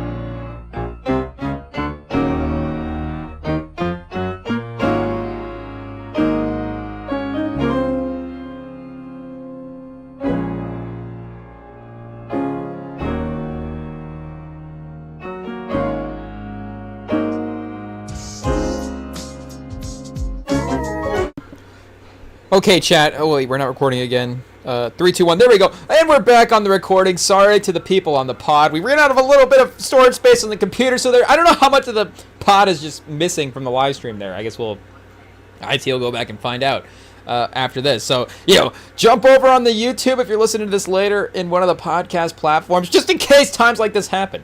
Just in case the computer, as much as you love it, as much as it's a trusty old computer and it really holds up. We don't want to jinx it, chat, but it's not infinite storage space. So just in case, the YouTube, of course, REMINGTOM pod, the live stream, unless, we do cut the feed every now and then. IT also been known to step on a cable every now and then as well, too. So not guaranteed as well there. But either way, I guess we'd fire back right up and you still wouldn't miss a thing, chat. But there was something that I wanted to mention as well, too. A hard pivot, chat. Pause. But has nothing to do really with the game itself. It's just, speaking of IT, they were kind of cooking, chat, and I think we had to mention it. But on the, for those of us that weren't with us on the Just Right watch along, the 2010 Queen Latifah Common Basketball Classic on Friday, where we watched that during Game 6 of the Knicks versus Celtics series. One of the few times that Just Right has been actually the highest form of entertainment on it tonight, because make no mistake, that Knicks-Celtics game did not end up being obviously that great of a game. But we were kind of kicking around some different movie ideas through. We were like, oh, what if this was a movie idea? What if this was a movie idea? Throughout the course of the thing, we were like, what if we just put this into Chat GPT real quick and try to just get a quick plot for the movie. So the basic premise that we kicked around initially on the Just Right watch along, chat, was, and I guess it really has nothing to do with Just Right outside of basketball's involved, but what if it was like maybe inspired by some recent events, chat, like a sort of a younger NBA rookie type second year, just rookie contract, maybe a little bit after that, who knows, chat, we'll get into it, but kind of a younger up and coming NBA star who gets in sort of a finds himself maybe a little bit of a chat, in like a Jalen Green situation, let's say. And we were like, okay, let's combine this basketball dynamic that we've seen with something from like a Basic Instinct type vibe movie, chat. So we just put that into little Chat GPT and see what it cooked up. So yeah, it said, let me see a movie plot about a young NBA star who meets and falls in love with an older lady, chat, with Basic Instinct vibes, and a lot of the movie take place in nightclubs. So very, very simple. So yeah, we're getting Basic Instinct, Eyes Wide Shut vibes, and Uncut Gems, a sultry mystery with the title of Overtime Heat, chat. Overtime Heat. So Heat, I guess, iconic. There wasn't a movie that I could find called Overtime or Overtime Heat. I guess maybe it's probably copied from somewhere, chat. But Chat GPT is not totally original. But either way, kind of an interesting title. Is this a pitch for, we were talking about running the Pluto programming before? So is this like a pitch for like a Tubi original or like a Pluto original or something? If there is a Tubi original called Overtime Heat, maybe, I don't know if you click on it, chat, maybe if you read the plot and saw the cast, it'd be like, I don't know if I'm clicking on this movie, but I guess this is our first pitch as a Tubi original. So we just said that we wanted to do the Pluto programming, but I guess, okay, either one will be happy with, chat. Cooking up Tubi originals or being in control of the full Pluto program. Or maybe it's the step, chat. Maybe we go from cooking up Tubi originals, like head of pause, but in charge of Tubi original ideas, to programming the Pluto channel, I guess. But the plot, essentially, Jordan Rivers, chat, where did it cook up this name, I guess? Jordan Rivers, a 22-year-old NBA phenomenon, has just signed a record-breaking contract with the Miami Waves. So I don't know if it's giving us a totally fake NBA in this situation, or maybe the Heat relocate. Maybe, the Mavs are going to relocate right now. Who knows, chat? But maybe the Heat relocate, and then they get a new team called the Miami Waves, or they just rebrand as the Waves, or a second team in Miami. Maybe the league expands to that, chat. A second team in Miami. Who knows? But he signs a record-breaking contract with the Miami Wave, so entered the league like right away, Chad. They probably even changed the rules, probably maybe straight out of high school as well too. Excuse me. Known for much of his off-court swagger, as on-court skills, he is thrust into the decadent nightlife of Miami velvet ropes, strobe lights, and secret VIP lounges. One night after dropping 40 in a televised game, Jordan hits an underground club called Velour. Amid the haze and champagne, he meets Celeste Laurent, a beguiling woman in her early 40s with icy confidence, a French accent, and reputation whispering about the city's elite. She's not just older, she's dominant, poised, and psychologically disarming. Chat, I gotta be honest, once I heard the name Celeste Laurent, I was like, I don't care really what the rest of this movie is. Celeste Laurent immediately goes down as just one of the most iconic movie characters in history, Chat. That's an iconic name. I don't know. ChatGPT. I don't know. ChatGPT, people are saying it's going to ruin movies. I think it's going to make it better, Chat. Celeste Laurent is crazy, and let's be honest. I mean, I think as we go through it, again, you're going to find out that this is, I guess not spoiler alert, but essentially the plot of Basic Instinct set in a basketball court. So, again, ChatGPT, it's fun, but it's not going to be super original at the end of the day. So it can only give you little gems like Celeste Laurent every now and then, Chat. That's crazy. But Jordan is intoxicated by Celeste's presence, and I guess, made the age gaps and stuff like that. But intoxicated by Celeste's presence, she's, we go through the Celeste description, Chat. Elegant, sexually liberated, challenges him intellectually in ways that no one has. This is crazy. They begin a dangerous romance. Hey, yo, Chad, can we get AI Michael Douglas playing Jordan Rivers? I don't know what's going to happen. But, of course, once married to a powerful real estate mogul who died mysteriously. Hey, yo, Chad. Some say she was involved. Others say it was suicide. It doesn't matter. He's not listening, Chad. He's not listening.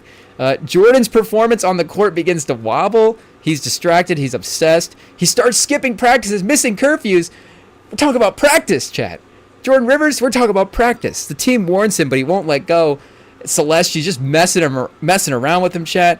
Emotionally, she introduces him to all kinds of new stuff, Chad. Hey, yo. Then a reporter starts digging up some stuff saying that she might be connected. He gets paranoid. Celeste starts talking about control, sacrifice, and legacy. She wants him to truly... We don't really know, I guess, what the greater plot points of this movie are. Just vague terms, Chat. But he's starting to suspect that she's setting him up for something final. So I guess he did just sign the max contract here. It doesn't say that she's specifically going for the money here, does it, Chat? Act 3, a teammate overdoses at one of Celeste's parties. The media goes wild. Jordan disappears for 48 hours. Last spotted at a club with her. He's suspended by the team. His agent quits. He returns for the final game of the season. Emotionally and physically drained, Chat. Celeste is in a courtside seat in a white dress, smiling faintly. That night, Jordan follows her back to the penthouse, determined to end it. There's a confrontation. She confesses, but only halfway. She's dangerous, yes, but also so is he. The screen cuts to black. After a violent struggle, the body falls, but whose, Chat? But whose? Oh, Chat, do I even want to reveal the ending? Or do we just leave it as a mystery just in case, Chat? Because, again, Celeste Laurent, I think, has to be a character at some point. But yeah, I guess if he's going for the max contract, maybe there's like a life insurance thing that he signs where she gets the insurance policy on the contract if something were to happen to him. So it's like, oh, now she's in the mix. And, Chat, I don't know if we're not making social commentary here. I just think this is a crazy movie plot. But can we scroll past the reveal? Here, let me mute the screen real quick because we did, of course, wrong mute, Chat. We did after we got the plot for Overtime Heat, Chat, with Celeste Laurent. We were like, okay, we do have to at least get a couple of casting ideas for this movie. Who is going to play the characters. So, hey yo, ChatGPT with some clever lines. Chat, a killer cast for the psychological energy of overtime heat.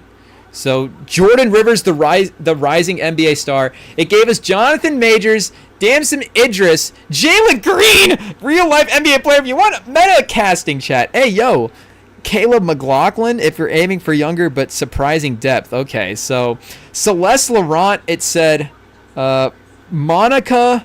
I'm not gonna say the name right, chat, but she's in the and I'm not gonna remember any of the movies either. But what's the newer movie that she was in recently? Oh, she's in the second Beetlejuice, chat. That's the one I'm thinking of. So I don't know if we want that kind of energy. But Monica Buselli, Charlize Theron, Eva Green, and Carla Gugino, chat, if I'm saying the last name right as well, too, who is also a sleeper for the role. I mean, Charlize Theron can just, basically act in any style of role that you can imagine. So, she's going to crush any part. But there was some side characters as well, too, chat. Reggie Banks, the team's old school coach trying to keep the player grounded. We got either Jeffrey Wright, Lawrence Fishburne, or Jamie Foxx. Charisma with a stern edge if you want a bigger name. Fishburne can really, and I think Jeffrey Wright as well, too, but Fishburne, as we've seen, from roles in the past, maybe in his younger days, but, he can really impart some wisdom, chat. Like, if you're looking for just who can really keep a guy grounded, like, I think Fishburne's going to have a real, scene where, he's really explaining the consequences, the stakes at what's on the table here, chat. Jeffrey Wright as well, too, but I think both of them can give you the serious energy, and definitely Fox. I think Fox is going to have more jokes. All three of them are very funny as well, too. They're all three great actors. But anytime you get Fishburne on the table for a casting, how are you not going to take Fishburne? Fox as well, too, but I almost think we can get Fox in the movie on another role. The investigative journalist sniffing around Celeste Pass. So, Ana de Armas, ZZ Beats, and Jessica Chastain, chat. So I scrolled through some of the supporting cast characters. I didn't really look at it when I was just going through the prompts. But Ana de Armas, of course, big star for the role. Same with Chastain as well, too, who more sharp, prestige thriller feel. I do kind of like. Am I saying the first name right? Is it Zazie?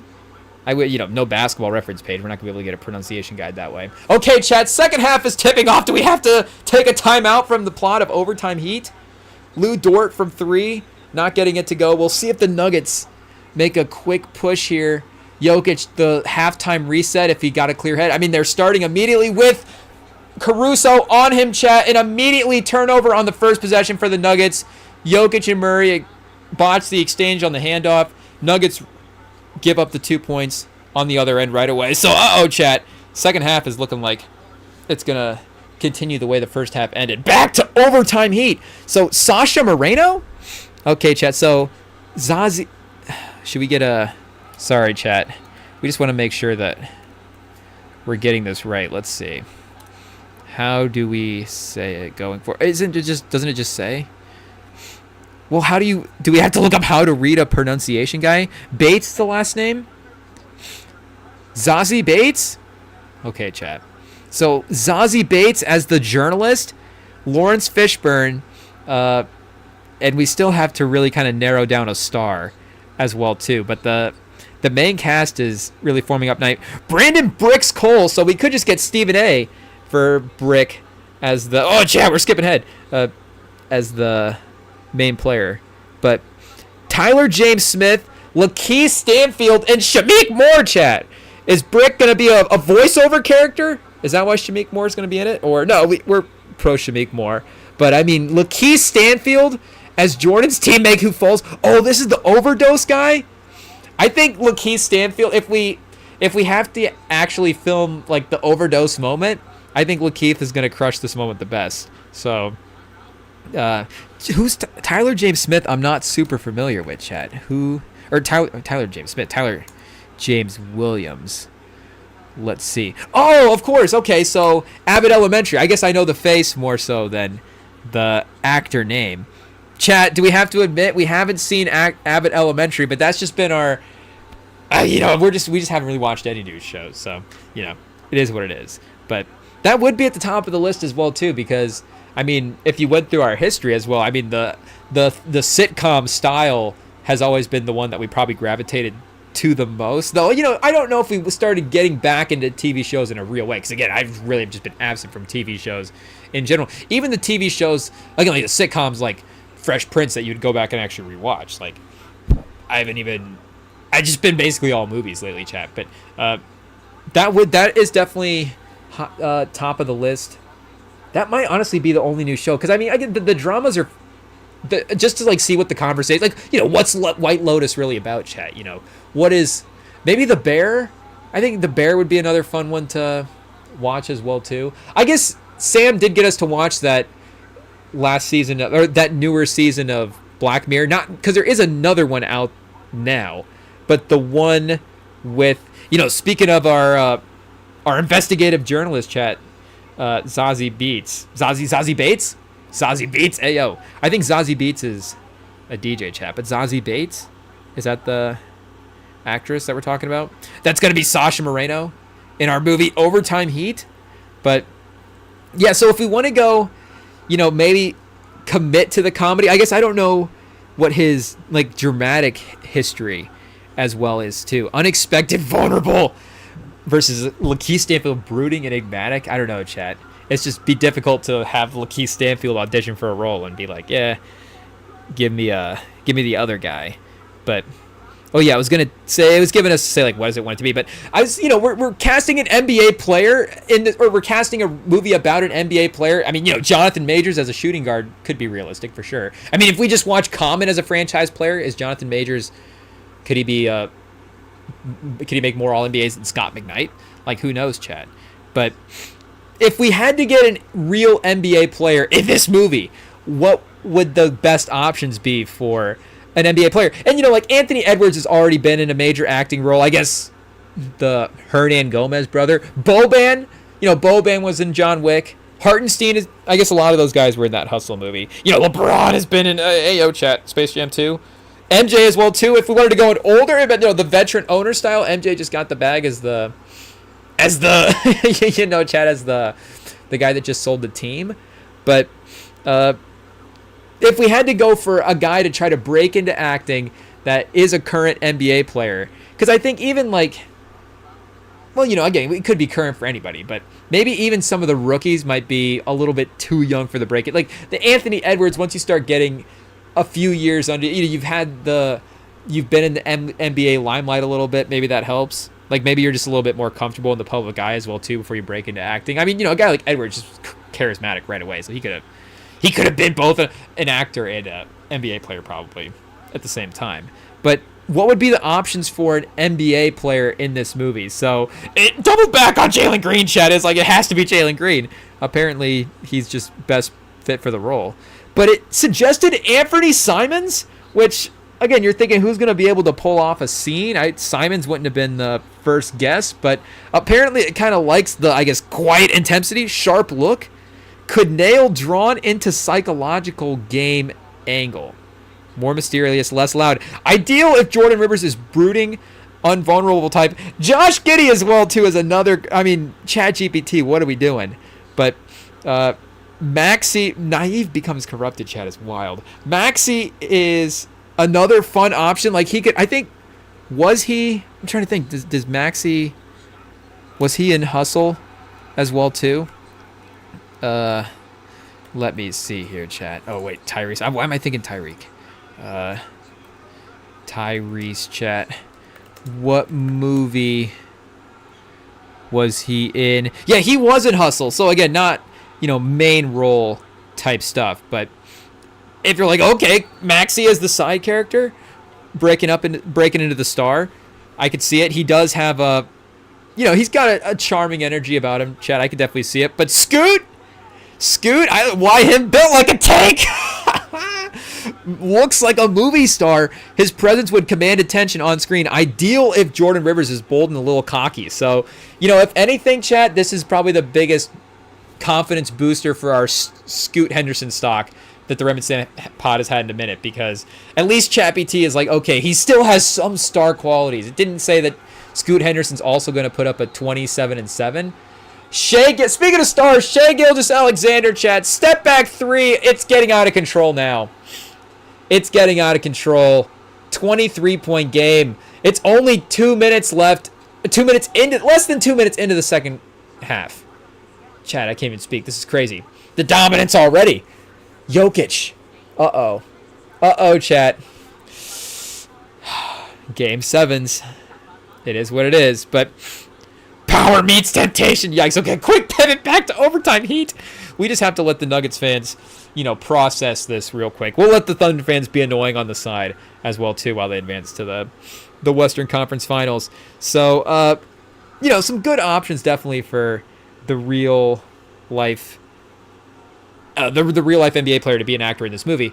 But I also, as good as some of those options were for the, Celeste Laurent as well too, chat, I just wanted to cook up a few more options just to see. So, just give us a few more potential names as well. Sanaa Lathan, of course, speaking of out of time, chat, I don't know, that's scary. Chat GPT's listening to us about the movies that we're watching.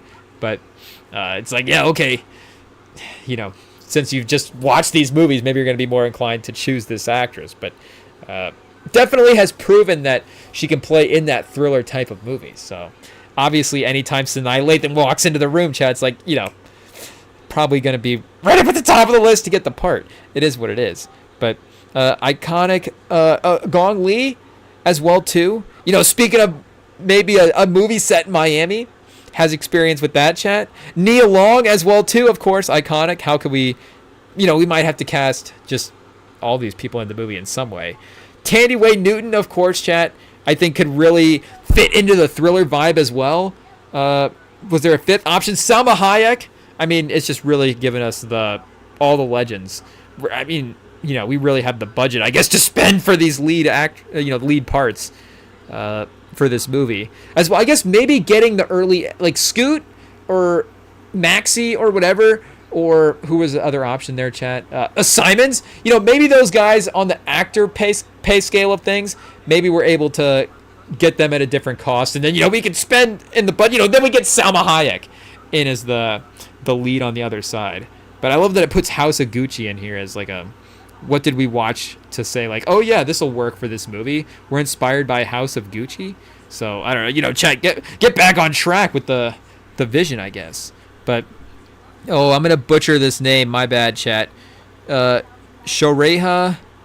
Here, should we get a quick look up on this? It's our own ignorance, chat. We're trying to be better. Here we go. Pronounced. Why are the pronunciation guides worse than the actual? Just here we go, chat. Let's see if we can. Okay, a video guide. Yikes. It is what it is. Howtopronounce.com. What is this? I think, doesn't Wikipedia sometimes have the audio thing? Will they have it? They may not, chat. They may not, unless we click on it. No? Okay, so we could cipher it out. But, a great potential option, I guess, for the movie as well. But it took us like 15 options to get to Rosario Dawson. So sometimes again, you got to kick around a couple ideas. But it's like, okay, I think now maybe we're cooking. Streetwise siren with emotional shadows could play Celeste as seductive but also broken or manipulative. Whoa, ChatGPT. Really doing the research, chat. I guess ChatGPT's cooking up its own ideas. And I was like, okay, what about Kerry Washington, chat? What about Kerry Washington? I guess the vibe of Kerry Washington as Celeste Laurent, Ice Queen Noir, or if we go Rosario Dawson, Bohemian Chaos, could be interesting as well too. But I think for the ultimate role, I think we gotta go with well, I guess that wasn't next. Oh well, we'll get back to that in a second. I did want to see some more titles, I guess. Nothing I don't think stood out more than Overtime Heat. Velour is just the name of the club. Late tip-off? Red Light Playbook? Sounds familiar, chat. Fourth Quarter Fever? One-on-one? The Paint? Triple Threat could be a to-be original as well, too. But I think it's a little bit of a different movie than what we've laid out. Also, Fade Away was not bad. I did kind of like Fade Away. The glass is tinted? Silent screens? Silent screens is interesting, chat. The possession game, false start. I mean, if it was a football, maybe the spin-off second Tubi original, the football version is false start. Maybe chat. Uh-oh. Stay tuned next week. Back to the Chat GPT, a football version of the follow-up football version called false start, I guess. But these names were, yeah, they were basketball related. So, Flare, I guess the Flare screen. But, I guess, again, Heat Check. Heat Check is not bad either. Heat Check or Overtime Heat Chat. What is the better name? But, more names, options for the nightclub. Here we go. The Slam Dunk Lounge, the Alley Oop Oasis, Timeout Tavern, Full Court Press, Fast Break Fleen, the Rebound Rendezvous, Buzzer Beater Bar, Crossover Cabana. These all feel more like spots than like clubs. I guess, Full Court Press Club. But like the Timeout Tavern, that's maybe a little bit different than Velour. Are you able to find an NBA player more at Velour or the Crossover Cabana? I think the Crossover Cabana is where the guys from Den of Thieves hang out, not where Jordan Rivers and the Miami Waves are hanging out. But maybe the Pick and Roll Palace, though? Or Posterized Paradise. I don't know, chat. Maybe that one. But the poster chat, they kind of got Rosario Dawson down. I'm not going to lie. But Scoot, I don't know if they accidentally cast Scoot's action stunt double in the poster, but we can do some work on the poster as well too, chat. But there we go. Overtime Heat, starring Rosario Dawson and Scoot Henderson as Jordan Rivers and Celeste Laurent, chat. Hey, yo. Rosario Dawson as Celeste Laurent. It might be a top 5 character that Rosario Dawson's ever played. And I know, you'd think, Rosario Dawson in a Tubi original, how, what happened? But I think once you see the plot, once you start watching it, once you wait a second, Scoot Henderson's kind of throwing some heat in some of these scenes. So what was the full cast, chat? It's Scoot Henderson meets Rosario Dawson at Velour after a 40-point game. So shout out to Scoot. Are we just casting this movie to get Scoot a 40-point game? Chat. We'll see what happens in year 3. I believe in our guys still. But Scoot with, what do they have? They have a good pick in the draft, right? Is Tankathon going to have this version of the draft up, or are we already on 2026? Tankathon gets ahead of it, chat. Oh, yeah, here we go. So, Portland's at 11. They're down a little bit, but, who's going to... Asa Newell? Maybe Asa Newell has to try out for the movie as well, too. Jace Richardson? I guess, is he him and Scoot, how do they play together? But, I guess, we're getting off topic from Overtime Heat, chat. So keep a lookout on your Tubies for Overtime Heat. If there's any executives that want more information on Overtime Heat, I guess, you just go more to ChatGPT. But the first time I read it, chat, I was like, ChatGPT's cooking. And I was like, wait a second. No, this is really just basic instincts set in a nightclub with an NBA player. But, that's what we asked for. That's what we got. And just, again, the fact that you get Celeste Laurent as a character name out of it is pretty funny, chat. So here, do we need to Google that just in case it's like hey, yo, chat. Maybe we open up a different tab. But let's see here. If it's not already some character. Okay, so definitely an Instagram handle that's already taken, chat, but it doesn't seem like it's a movie character that's famous already in any way. So there we go. No copyright rules. You don't know how. Again, it's probably Laurent's probably some character, and they're probably some movie characters from movies that we're just not thinking of. But it's let's combine these names because again, Jordan Rivers. It's ChatGPT. You're really, skimming off the surface there for the NBA stuff. I don't even feel like we can go with Rivers as a last name in an NBA movie. Honestly, we could flip it around though. Rivers Jordan. I guess Jordan Rivers is a actual thing as well too. So, do we want? It'd be is our guy's name Appalachian Mountain? Though, Appalachian River might not be a bad name as well. Scoot Henderson's character, Appalachian River, meets Celeste Laurent, chat. I don't know. Now it's really starting to sound like a Tubi original. So we got to scale back that name. But who knows? We might ask ChatGPT to start generating some scenes at this point because they might be more interesting than Hey, yo, Chad, hey, be careful, but it might be more interesting than the rest of this game because 20-point lead by the Thunder, and like we're saying, Chad, that's 2 years in a row now for Jokic. So I'm not going to sit here and get hot takey about the Jokic thing because, like we said, Jokic is, and Giannis as well too, are solidified as their standings in the league, top two guys. Oh, Cason Wallace just dunked Jokic back behind Giannis in the rankings, Chad. Giannis is number one. Cason Wallace just posterized him. It is what it is. Give Giannis the crown. Hey, yo, give him is the crown waiting for Giannis in San Antonio, Chad? It is what it is. The West is open. Bring us Giannis. Bring us the Thunder, Chad. We're ready. Okay, we're getting distracted. Chat. When is Wembanyama going to be in the playoffs? Yikes.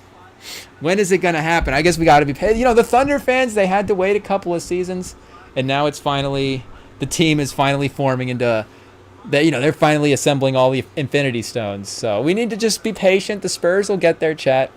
The Spurs will get there, but shout out Billy Buckets. His team is going to be in the Western Conference Finals. I mean, Anthony Edwards is going to be a real task, chat. And Edwards versus Shea is a real matchup. And I guess there's a couple of things to mention with the Jokic part of it. But again, him and Giannis are all-time great players already. They've had amazing title runs. They have amazing playoff numbers and been amazing playoff guys. And there's really no scenario that, again, it's like them with, like, you still have to remember the fact that Jokic hasn't played with an all-star in his entire career. Like, that's insane. And yeah, Giannis has played with all-stars, but again, the level of, I guess, the all-NBA players and stuff that he's had, like, outside of Holiday, and we're not going to now start double talking because Holiday is one of our favorite players in the league. But again, he's still a guy that's maybe a little bit more favorite than he is, like, great player. Like, again, he's still maybe all-NBA mix, but still maybe in more that third team, 20 to 15 type range for player ranking than, a guy like Anthony Davis or something. And, Shea is kind of working with that as well, too. The team is definitely, again, they may not have the first and the fourth best player in the league, but do they have like 1, 17, 19, 21, 16, 43? It's like they've just got every, half the people in the top 50 are on the Thunder's roster. And, oh, yeah, they have all the picks in the future as well, too. But like we've said, in the legacy rankings of this stuff, and Chad, it's like I've barely been watching basketball compared to some people, and even still, I get I'm like amazed about the way some of this legacy stuff plays out. But I mean, you just visually watch Jokic and you visually watch Giannis, and I feel like I could voice my fears because again, Giannis has missed the playoffs a couple years in a row now with some injuries, but like I've always, you just watch Giannis. It's like, man, if Tim Duncan had to play Giannis in a game, and I get that's not always fair, like the generational comparison of stuff, but if they had to match up, like Giannis is just a scary dude, chat. Like Giannis downhill in transition attacking Tim Duncan, like is he going to be able to stop Giannis? And Tim Duncan stopped Shaq, so we shouldn't be able to doubt Tim Duncan. It's just, again, kind of that's our sort of maybe nervous mindset of a fan as well too against great players, but I just would be like the individual talent, of course, Giannis versus these other forward center guys, Jokic versus these other center guys. Like, is there an offensive center? Of course. Is there an offensive player more talented than Nikola Jokic? Of course. Like, we get the full scope of what he's able to accomplish. And if you're just saying his basketball talent versus the individual basketball talent of the rest of the guys in NBA history, it's a really interesting conversation. But of course, we don't just necessarily rank that. We rank all the legacy stuff. And Jokic now a couple of game sevens has lost in some ways. In that last game 7, that speaking of Pluto, chat, that game 7 against Minnesota last year was actually running on Pluto TV this past week, I think, or like the week before, whatever. But recently was running on Pluto TV, and you're like, okay, that game was a little bit closer at the end than I remember. And Jokic, of course, the full scope of his performance was still like a great box score to go back and look at if you just cover up the 3-point shooting thing. And even at halftime, like, we were sitting here watching that first half, like, oh, they're kind of messing with Jokic a little bit. They're getting in his head, and they, again, this has not been the best Jokic game by any means, but they showed his halftime stats on the graphic, and it's like, oh yeah, wait a second, 17, 6, and 3. Like, again, this is in a half. Like, this is still, again, one of just the best players that we've ever seen. But in the legacy rankings now, speaking of a guy like Tim Duncan, guess who has 5 finals, Chad? Tim Duncan! Tim Duncan has 5 finals. Like, is Jokic have a case of, is the passing a little bit, this is the full, the scale of his shot making and what he's able to accomplish from the 3-point line and stuff like that? Is Jokic a more talented offensive player? And of course, Duncan was as well a two-way threat with his foundational ability on defense. So yeah, like Duncan would I trust Duncan a little bit more against Jokic as well too, like because of some of the athletic stuff as well compared to maybe a guy like Giannis, of course, Chad. But in the overall picture of things, again, a guy like LeBron, like some of the advanced numbers for Jokic, you're like looking at Jokic offensively versus all these guys, and you're like, we're not, again, this is not to say that Jokic is not that amazing, or however many you have to put in there, Chad. But we're not discrediting him that as that amazing offensive player. It's just that these players that have been before him in history that he still might be more talented than. It's why, I guess it's is it why the conversation is important, Chad? But it's why the conversation is so interesting, and I think it is why we can compare eras and some of this stuff, because success in the era still does matter, even if. And again, the talent in the league right now, of course, is way better. Or the Thunder, their team, like we're saying, the how many Hall of Famers are on the Thunder right now compared to how many Hall of Famers are on the Nuggets. Like, I guess you got Westbrook and Jokic. Westbrook obviously in a different spot of his career. But Caruso going in the Role Player Hall of Fame after this game, chat. But I do think that the cross comparisons, the comparing history stuff does matter. Like, it still is a viable thing that can happen. And I'm not saying that, we need to be comparing and this guy needs to be over this guy and all that stuff. But just in terms of the conversation where you get people being like, well, we can't talk about that guy compared to this guy because he played in the 60s. It's like, I get what you're saying. Like, I'm not saying the game hasn't changed, but Jokic, and again, like, there are performance stuff obviously with the team around him and the Thunder overwhelming. I'm not saying that. But it's not like there haven't been opportunities for, and the way we have to look at the full series, the way they were able to steal game 1 and even get in the lead in this series and be on that and had that little bit of comfortability to give them maybe the confidence to help get them to a game 7. Like, all that little stuff we can't just forget about just because of, the way one result turns out. But, and again, like, is Jokic going to have a run here in his 30s the way that Jordan did as well too in the 90s? I don't, who knows, Chad? But the greatness of those players to just constantly be at the end of the season every year in the finals, in the conference finals, even LeBron, Chad, in the conference finals every year. I know we just look and say, hey, the Eastern, is the Eastern Conference way easier than the Western Conference is right now? I know Jokic is playing against all these great teams and his team isn't as good. But at some point, it's like, guess what? The man made 8-10 finals in a row, conference finals in a row. Whatever it is, there's just a baseline of greatness with these absolute top, Magic Johnson. Jokic versus Magic Johnson, it's like, well, okay, is there anything that Magic can do that Jokic can't? Maybe Magic's a little, more athletic, obviously, at the peak of his powers, moving around a little bit better as a guard. But Jokic as well with the perimeter shot. Again, is it fair to compare? And that's where you go, well, it's not fair to compare eras because Magic didn't shoot three-pointers back then. But guess what? Jokic shoots three-pointers, and Magic still made it to 5 finals, and I still, even without the three-point shot, feel that Magic, you put him in a game today with his ability and that clutch factor and his ability to impact the game and his ability to control the offense is all still going to matter. And guess what? Giannis plays right now. You can put Magic Johnson in the league and put 4 3-point shooters around him and play modern NBA, and it totally works, chat. I think it's totally... And, James Worthy can't just catch fire for one game from the NBA 3-point line, just like, oh, well, now I have to... Maybe he can't, like, who knows, chat. But, I think the eras thing does matter because what the players are able to do in there... And maybe, we are just looking at NBA history and just going, okay, the dominance is getting progressively lower and lower. I do... that is a thing as well, too. But, is... Like, are we just going to, I guess, disrespect the careers of guys like Bob Pettit to say that Russell had it easy, chat, in the 60s? Like, that doesn't seem right. Those were great players that he was playing against in the finals back then. And, like, is Bob Pettit better than anybody on the Thunder? Like, I don't know exactly how fully the conversation goes for this stuff. But to just say that the guys had their accomplishments in because of the eras. Because like we're saying, it's even starting to happen with our era. It's like, well, the East was so easy for LeBron. It's like, well, you weren't necessarily watching the teams every year. You weren't in it. You weren't there. You weren't watching it. You didn't see and I get, LeBron had some of the stuff that happened with it as well too, but the panic trades where it's like, what's this team even going to be like in the playoffs? Is there even going to be guys that they can rely on?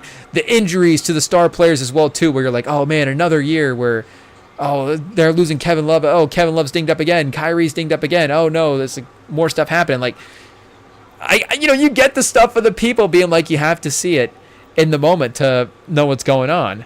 But I think it's totally fair to put in the results. And again, Russell is right there. Like, nobody's saying that Russell's the 19th best player in NBA history because the 60s don't matter.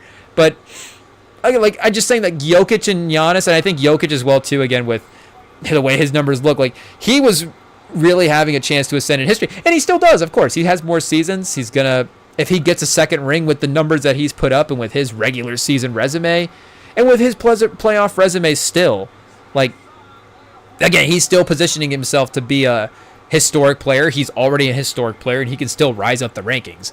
But it's just like, hey, at least one more season with those legendary guys that still are above Jokic. Like, they're going to be above Jokic. And again, I'm not against moving Jokic up the historic rankings.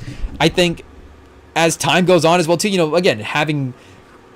especially, you have to admit it as well too, like with this time in your life as well too, I'm sure that these basketball stars, I mean, in every phase of your life, they're going to mean something different. But, the connection to watching Jokic play right now is just going to be special. And it's going to be a connection that I'm not going to have to, the other superstars, even if I would respect, a legendary career of, like Russell and Magic and put them up higher on the ranking. So again, I'm not against keeping, even if I, and I feel like sometimes I can get not nostalgic, but like, over respectfully for the stuff that I wasn't around for, where it's like, maybe I'd be like, okay, well, I don't want to be too biased toward my era, so I just like, we'll hold off on moving the guys up the rankings till the last minute possible.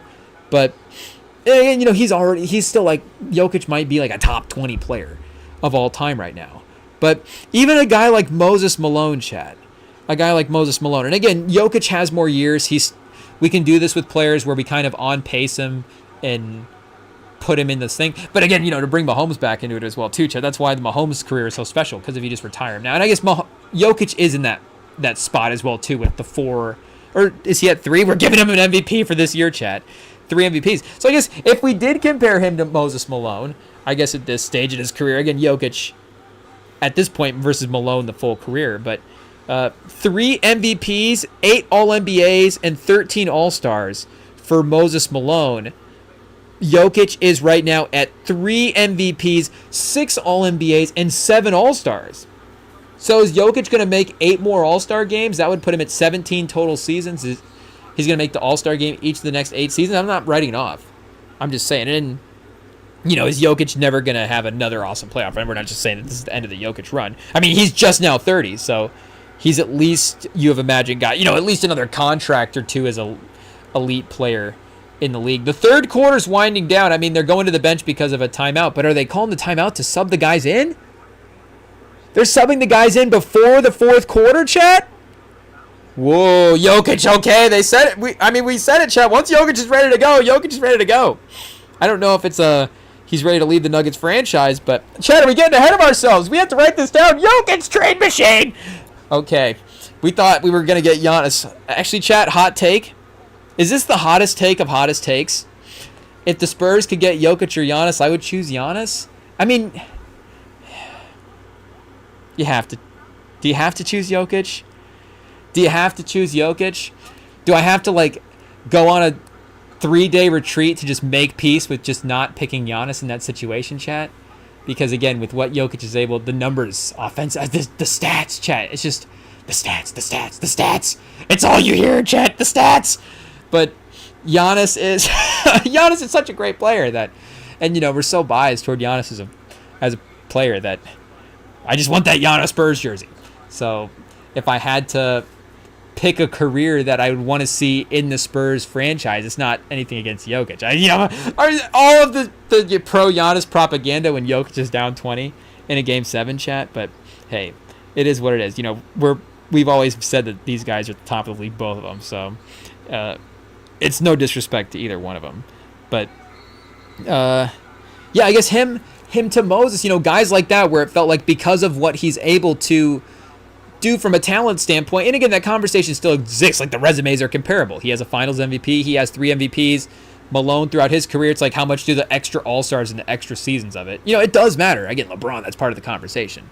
But to what degree? Oh, and B-Chat, is he in the mix? 1 MVP to 3 is a difference. 3-time All-Defensive, though, of course, for Embiid. And Jokic does have a Western Conference Finals MVP as well, too. Unfortunately, Moses Malone doesn't have any Conference Finals MVPs in the mix. And Jokic not making the All-75 team, of course, is just one of those unfortunate timing type situations. Because was he 1 MVP in at that point? Or 2? If he had 2, he might have should have just been on anyways, a 2-time MVP. But if he had 1 at that point, it's like, was he at 1 and then it's like he's going to win the second one this year, but they have to make the list during the All-Star break, so he didn't quite have the second one yet? I don't know exactly what the timeline was on that, but I remember the conversation be like, yeah, Jokic probably should be on this, or is like definitely going to be on this, but, and I guess at that time as well, too, it gets tricky with some of this stuff. Like, you really want to get it right, but I also would tend to gravitate toward honoring the people on the older side of history, chat, just to honor people. Because, like, you see it now with the Pete Rose conversation, where it's like, oh, of course we were going to get to this point where once Pete Rose, rest in peace, passed away, like, they were immediately, just, I don't know exactly, remember the day, but, it just feels like it hasn't been a year yet, and it's like all of a sudden, Pete Rose, it's like, yeah, we're going to put him in the Hall of Fame. He's immediately in opt-in eligible list, and I guess, if we go through like the actual phrasing of what it was, banned for life, is that what the technical ruling is? And then it's like, okay, well, that's what the punishment is. But at the end of the day, it's like, what are we really doing here? Like, we're not going to let Pete Rose have the moment of him being in the Baseball Hall of Fame because of this thing that happened. And it's still, and it's not like, I'm not saying that there are things that we shouldn't necessarily like have rules and restrictions about to any level. But, again, I think we all understand what the Pete Rose situation was at the end of the day. And, it's just like, I guess we're talking about Jokic on the All-75 thing. But, again, as a player, he should have been, as a player, he definitely had a case at that point where you're like, he could have been on the list. But, like we're saying, he's definitely up more closer to Malone in the ranking at this point than not being on the All-NBA 75. But Malone, let's see, Houston 78 to Washington 86, 87. So he was 700 games, 25-14, and only, 1 assist a game. Again, that's the thing, you're like, oh, he didn't have the passing, he didn't have the 3-point shooting like Jokic, you just have to take him, he's a better basketball player. Make no mistake, like, as a nerdy basketball, picking the best pickup lineup type stuff, that is definitely something I would take into account. But again, these are all things that you have to take into account as well, too. Is Jokic going to go 2 for 10 in a Game 7? Is Jokic going to get doubled by Alex Caruso and not know how to, finish around the rim, chat? Pause. If Moses Malone had Alex Caruso on him, would it be the same type of situation? I just don't know. So, I think our guy Timmy was safe, even if Jokic got a say. Like, Tim Duncan has 7-5. Who is he, chat? Better than Jordan, but he's got 5 finals. Like, Jokic might have to put in a little bit more work in the playoffs just to be over at least our own personal ranking for Tim Duncan. But 25-14, chat, I mean, that's right there with Jokic. So again, maybe if Moses is in the modern NBA a little bit more inspired to do the playmaking stuff, I mean, you could definitely, I think, have seen him in the maybe 6 or 7 assist type range. So, Jokic 27 and 12. Again, he's got the 3-point shot to help give him a little bit more of that scoring number. But I think, Malone's an interesting one for if we're just like right now, the conversation, if we had to make a list, and it just had to be a list. Like, what does it turn out to be? Like, I think that's a interesting center battle. Who else would be in this range, chat? Like, I think Hakeem is safe. I don't think you could put Jokic over Hakeem right now, as much as, again, he's got the full scope of his offense. I think Hakeem's 2 finals runs, it's just Jokic hasn't necessarily had 2 playoff runs quite like that at this sense. I think Jokic is maybe a little bit level up over a guy like Garnett at this point. Again, Garnett was like a 1-time league MVP versus a 3-time league MVP. So, maybe he's just in a different phase of the ranking by just because of that. But I think it might just have Karl Malone lower on my rankings, Chad. I don't know, but I guess I don't even know where I would have like Karl Malone on my rankings, to be honest. But if we were just drafting guys on the court, shout out to Karl Malone. But I don't know if it would just be like, oh, I gotta get Karl Malone on my team. Maybe Jokic would be a little bit more of a higher up on our big board type situation than a guy like Karl Malone. But Karl Malone's resume versus Jokic's resume, Jokic did win a finals, so there is that. But Jokic over Barkley, chat, are we immediately putting Jokic over Barkley at this point? And again, I get what Jokic did. So 3 MVPs in the finals as well, too. Barkley only had the 1 league MVP, right? Yeah, 92, 93 MVP. 11-time All-NBA, chat, is crazy. 11-time All-Star, 11-time All-NBA. How many times was he first? 1, 2, 3, 4, 5, 6? 6-time first team. So Jokic has got to be getting close to that right now. 1, 2, 3, 4. So he'll be first team all this year. So he'll be 5 this year. So if Wemby doesn't get that first team spot next year, then he could potentially tie Barkley for 6 All-NBAs, first team anyways, in that respect. And Jokic in the playoffs, just basic career numbers, 27 and 12 and 7. Jesus, chat. I mean, that's not going to help our case any. 52 and 38. Barkley in the playoffs, and Jokic is going to win all the advanced stats argument as well too, which is the thing about it. But I mean, Barkley's right there, 23 and 13 and 4. 4 assists is not bad. If we went peak of his powers, he's 6 assists a game here in Philly. 25, 16 and 6. I mean, Barkley's not far off from the full box score, Chad. 24, 15, and 4. Put Barkley in the modern NBA with the 3-point shooting. And, again, you're like, oh, well, this is a thing we do now. The center creates offense in a different way. Barkley's 6 assists. 8 games, a little bit lower. But 25, 10, and 6? That's not far off at all, Chad. And his steal number is crazy as well, too. I mean, his athleticism and quickness is going to be different than, of course, Jokic's. So he was 25 a game all through these playoffs. So his playoff peak, and again, maybe Jokic hasn't had a couple of what's he here, chat? He's at 23 in these 4.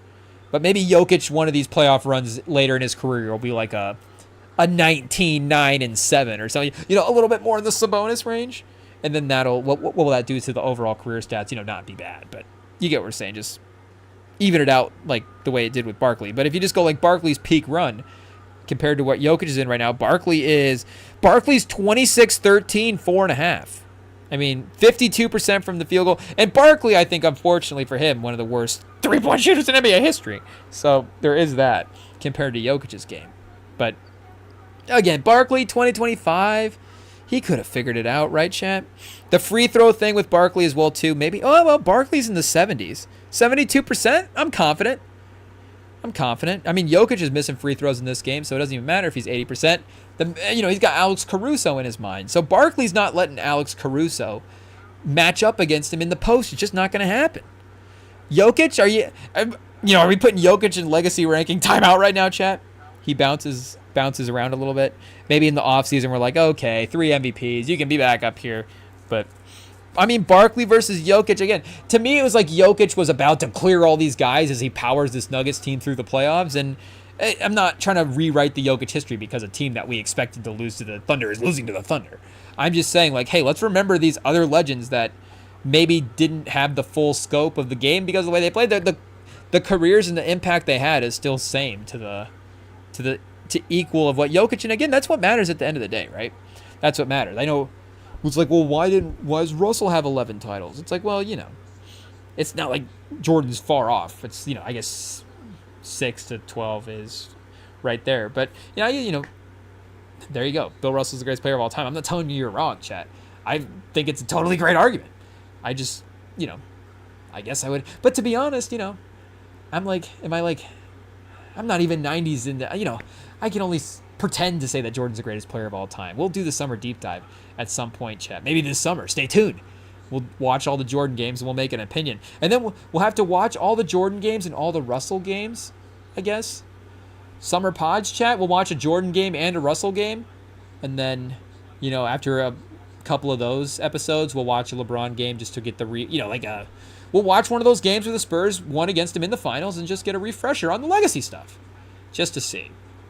And, LeBron does have a totality. Russell, he didn't play 20 years, chat. It is what it is. Again, Russell, could he have played 20 years in 2025? There is actually probably a pretty good chance that with his commitment to the game and he's able to figure out a career like that. Russell is doing the Jokic, or Jokic is doing the Russell right now, chat, coaching the team. And Russell was literally coaching the team. And, of course, I think for Russell, do we have to go like a 2-to-1 for every NBA season that he had? I think he played like 26 seasons technically because, just different times playing in the 50s than in the 2025s. But I get the MVP votes are the things that I think stands out. So what's 5-time MVP, chat? So I think the regular season stuff, Jordan does equal that as well too. That's, again, the playoff stuff, you're not just picking and choosing. But if you did have to look at that, 5 MVPs to 5 MVPs, 6 finals MVPs for Jordan's. I guess they didn't have finals MVPs for Russell, but, there is probably going to be some finals, shocker, in there where other Celtics are also playing really terrifically. And again, Russell's the anchor for all this stuff. We're not discrediting him. But we're just saying you could look at the resume where it's like Jordan and Russell have similar individual accomplishments as well, too. Because, again, you kind of have, outside of the one, you have to win finals for the most part to win finals MVP. So you can kind of just look at that as a same sort of thing. Like a finals MVP, again, is usually a finals win. So if you look at the finals win as, again, the team stat, but the finals as the finals MVP as the individual stat, and again, it's not perfect because Steph's got 1 and we give him 4 finals and all that. Picking and choosing here, chat. We get it. But, well, here, do we go for a couple of these? I guess, again, his rebounding is just going to be insane in all of these series. But this would have been, against like Bob Pettit, chat. Bob Pettit's all NBA 75. Bob Pettit's probably one of the 30 best players in NBA history, right? 2-time MBWA NBA MVP, chat. And also the USAWA MVP as well, too. So, just really racking up the accolades. MVPs every year he was playing. The scoring's right there. 26 and 16, chat. I mean, those are real numbers. Those are real numbers. And, again, we're giving Jokic credit for having 16 rebounds, but it's just like, oh, well, it's what they did back then. It's like, well, maybe there was just also more better players back then as well, too. Not to say that era was straight up better, but you know what? We look at the player rankings, it's not like it's too far off. Pettit's going toe-to-toe with Russell here the whole time. Heinsohn is 24 and 12, so Heinsohn might have been the MVP of this series as well. I guess, 13, 23, and 3. But Kuzi with a 26 and 9? I mean, Kuzi could have been the MVP. I mean, Heinsohn was shooting a crisp 40%. Kuzi at 31.8. Still the efficiency kind of rounding into form in the late 50s.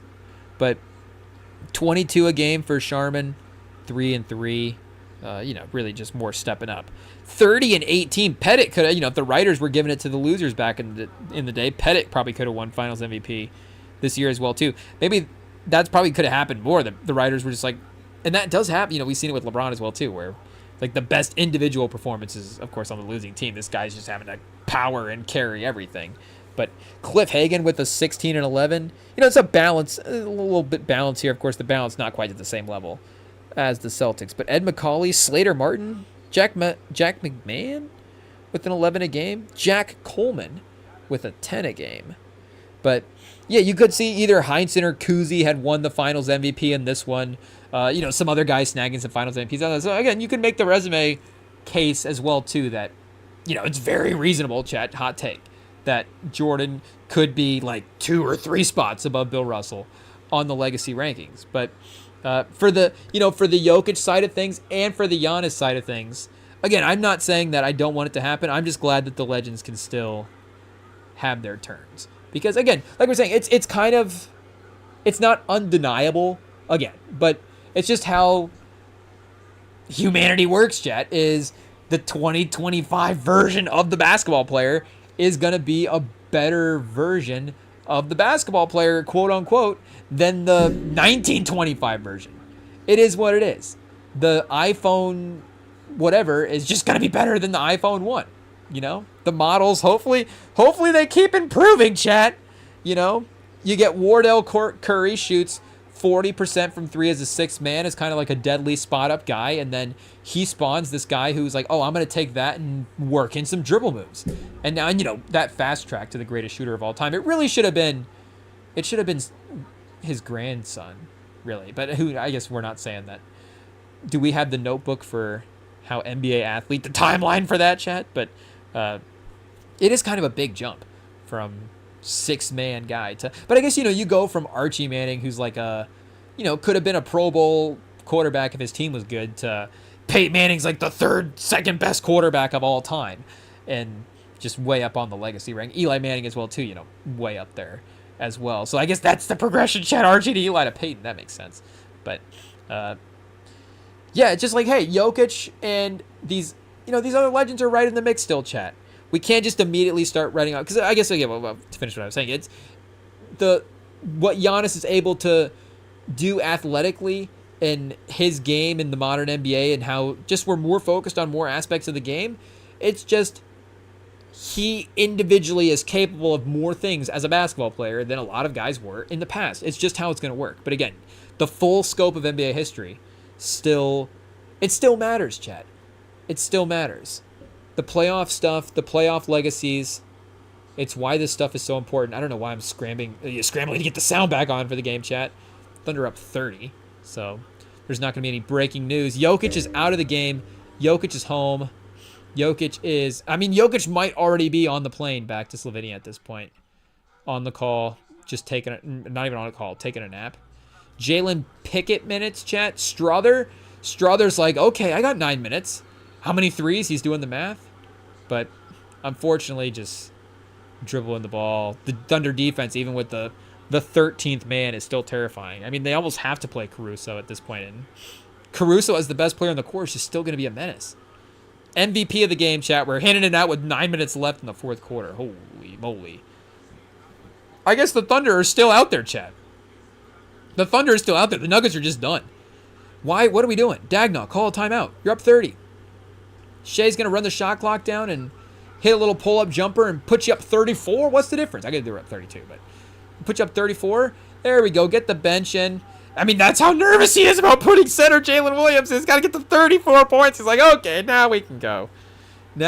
Shea with 32, 11, and 8. So, like we're saying, just that confidence in Shea as a guard, because that is teetering on a specific type of player that has led these teams to the finals. And I guess, you know, we have to remember some guys like Wade as well too, who have made, I was going to say, like, you know, is it really only like MJ, like, as the shooting guards that have led teams to the finals? But, and you know, Kobe as well too, who's in the mix for top 10. But Wade's also up there as well too. Like, we're literally, you know, looking back at these finals, guys like Heinsohn and Havlicek for the Celtics, and, you know, Worthy's more of a forward who won a finals MVP as well too. But it's just that type of course, guard scorer is just a rarer player to lead his team to the finals than not. And like we're saying, you know, Brunson and Edwards and some of these other guys, not to say that we don't have a guy in the league that can't elevate to do that, but is it going to be all these guys? Is it going to be some of these guys? So is the league shifting, chat?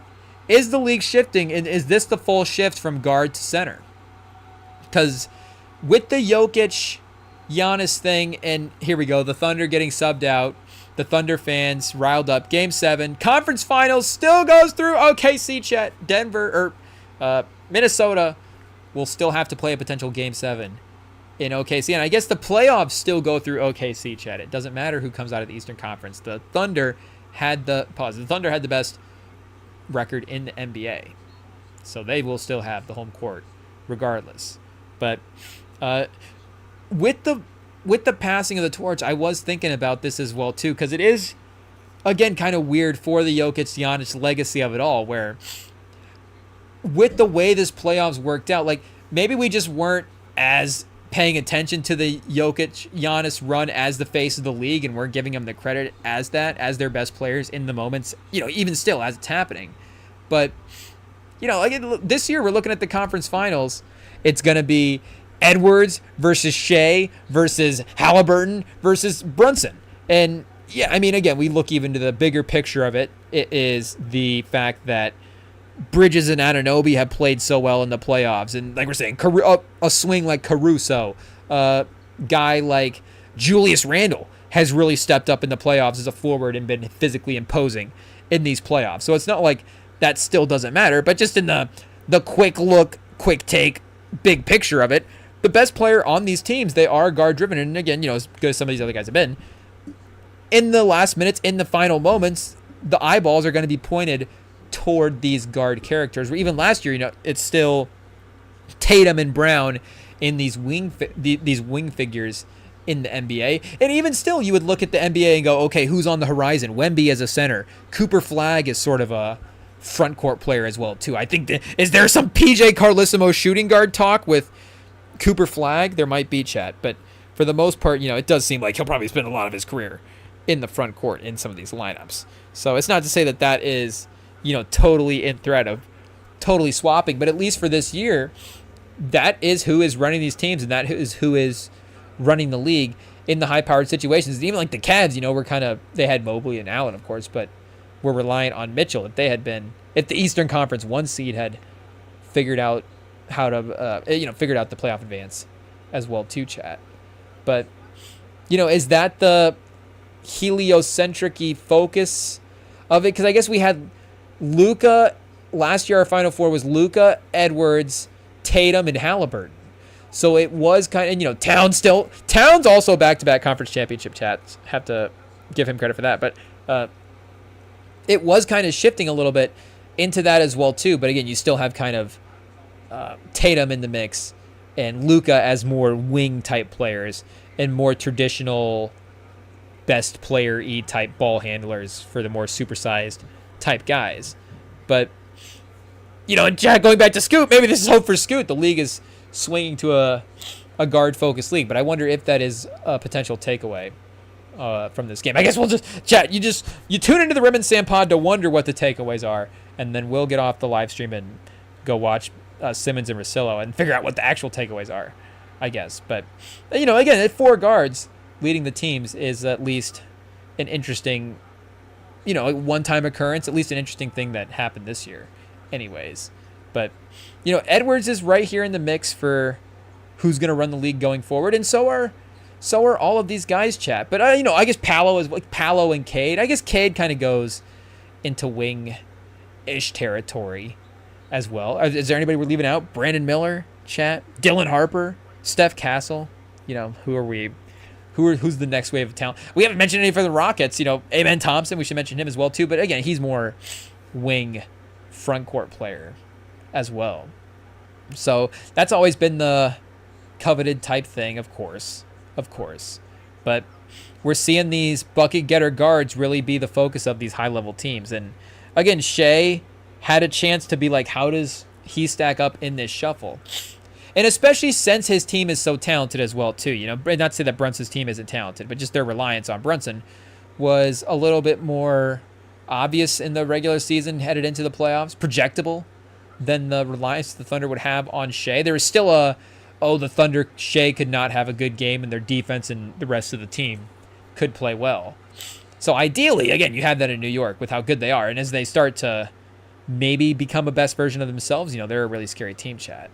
Like, I guess we can start looking big picture now at the conference finals, because as I sit here and talk this out as well, I do kind of think that the best starting 5, or not the best, but the best version of a starting 5 left in the Final Four is it the Knicks, chat. Is it the Knicks? And is that why they are such a terrifying team? Because Brunson, Bridges, Towns, at least that 3-person combination. Again, it's a little bit more veteran as well, too, than, say, Shea, Caruso, and Chet or whatever. But, again, it is the talent of the Thunder, and maybe this series as well too. The Jalen Williams playoff stuff is definitely what does this look like? We need to see him continue to have success in the higher level moments, but maybe this series against a not in different superstars, unlike Jokic, maybe he'll have a different type of confidence going forward, and maybe again getting a win in this type of moment will help power this team up as well too. But since it's their first time, I'm not saying that, hey, yo, chat, but I'm not saying that I trust the Knicks the most left, because weirdly enough, I kind of think I trust the Pacers a little bit less. So, okay, so if we go starting fives, if we rank the best 5-man lineups, would we go Knicks, Thunder, Wolves, and then Pacers? Just in terms of the talent, just in terms of the name value talent, the upside, because again, the upside of Randall and Edwards, if those guys are actually really clicking, and it's like, oh, if Randall could be like a triple double guy with Edwards attacking the basket, but Edwards also with maybe some more 3-point consistency that he showed in the season as well too. Like if those things are really able to put together with the defense of Naz Reid as well too. We've seen him in the playoffs. Like Naz Reid, Jaden Daniels, Edwards, Randall, and DiVincenzo as a 5, I do kind of like the upside of that 5 just a little bit more than the upside of the Pacers. But Chad, on the flip side of that, if we do the trust rankings, if we do the which team do I trust to actually get to the best version of themselves, well, you kind of have to trust the Thunder now. I mean, again, this Jokic matchup was terrifying, and the way that they handled Jokic in this game was massively impressive, and proved that time and time again is the thing that can be the best, most reliable thing in the league. So as much as I want to put the Pacers number 1, we do have to still, I think, respect the Thunder, and they just took down the most impressive single opponent in the league as well too, in Nikola Jokic. So Thunder 1, Pacers 2, Knicks 3, Timberwolves 4.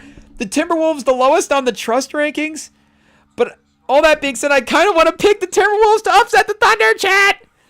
I still am afraid of Edwards in the 1 to 2 spots. As much as it seems like a dramatic statement, or you more afraid of Edwards than you are of Shea.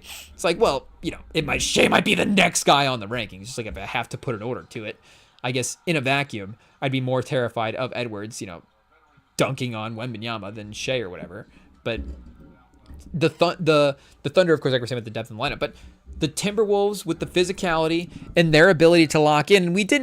The problem is we didn't have to see the best version of Edwards in that series. So the encouraging sign from that series is, of course, Randall found comfortability and found his groove in the playoffs in a way that he hasn't had before. He really, obviously, easily had the best playoff series of his career. And if we're being honest, again, Steph Curry got hurt, but just if we're being positive in terms of the Timberwolves, he won them that series. He was their most productive player in the series. Again, we can say the best player in the series. We're not just disrespecting Edwards. We're giving credit to Randall, but he was putting up really impressive stats and really impactful with his physicality. Chad, literally making an impact on the team. So for the series, still only 29% from 3, but yeah, managed to get to 53% from the field. So 65% from 2. I mean, easily, chat, the best. And, this last one against the Lakers was his best already at 53. And now he's up to 63. So that's that real, automatic deadly territory, of course. And didn't quite get the 3-point shot, but 25, 6, and 7, chat. I mean, he was cooking again on 63% from 2. And how many threes did he take? 8 for 27. 27 in 5 games is not, but again, they're winning some of these games kind of by a lot. So, not like you can necessarily pick it apart too much. You get to take a couple of those extra threes in this type of series when you have a little bit of maybe room to work with. But the fact that, of course, Randall is formed in this type of way is encouraging. But just to make sure that Edwards is that type, because this, as great as we believe Edwards can be, And again, I guess we can't speak to every single Michael Jordan playoff series. So let's just, well, hey, yo, chat, what kind of comparisons are we making? But just because, it's just easy to compare it to the top dog stuff. Just as like, okay, well, this is at least the maximum that we've seen so far. But here, let's go for this last playoff series against Minnesota, or against Golden State. Still 26 a game, but 47% of the field. So he was 42% from three. So still hitting threes is actually good, chat. That's good. 50% from two, and even up a little bit from where it was at against the Lakers as well. Okay, chat. Okay. Let's go. Let's see the actual numbers here for the games to get a refresher. Because I guess we fall into recency bias all the time on this pod, chat. It is what it is. 22 points compared to the 36 and the 30. I guess the problem is the performances. And, Steph was already kind of dinged up early in that series. But the Warriors are still, still Butler, still Green, still some of those guys. So a little up and down to kind of start the series. But again, for the most part, pretty much cooking. So, yeah, I guess we're feeling good about the Wolves, chat. I'm feeling good about the Wolves. Edwards and the way Randall was playing. And the problem is, of course, the Thunder just have everybody defensively to be able to match up, where they have the guys be able to attack Edwards.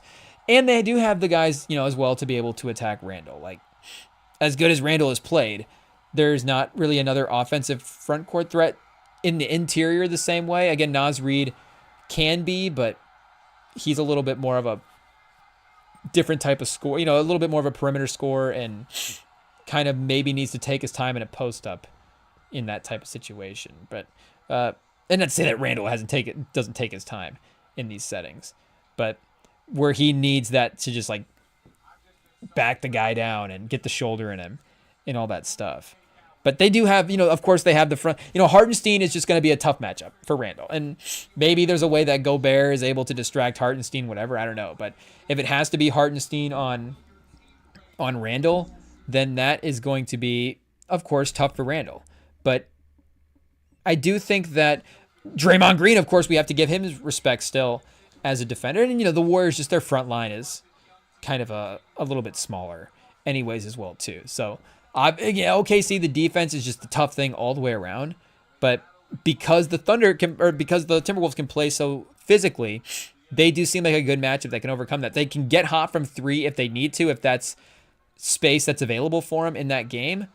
But if they need to attack the rim and need to rely on their physicality, again, you would think Jokic as well, too, would be a guy that could just overcome a lot of these physical matchups.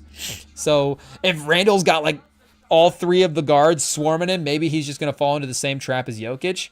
But I do trust their teamness to be able to overcome the physicality in a way, again, that maybe the Thunder or the Nuggets as a team, outside of Jokic, you just wouldn't trust. And if Jokic is not playing well and bothered today, then you're going to get this type of game. So I think we're in for another tough playoff series as well in the Western Conference. We knew that the Western Conference playoffs were going to be brutal. But I don't know if the Thunder are just going to cruise in this series. If they cruise, it'll be close. It'll be a close 5 games. I think that's the hot take. If they do win 5, I guess Wolves in 6, Thunder in 5 or 7. So 3 predictions for you. And that means it'll probably be either the team in one of the ones that it's not. But those would be our top 3 options for that. So we could pull up some series odds as well too, chat. We know that's where you make the big bucks.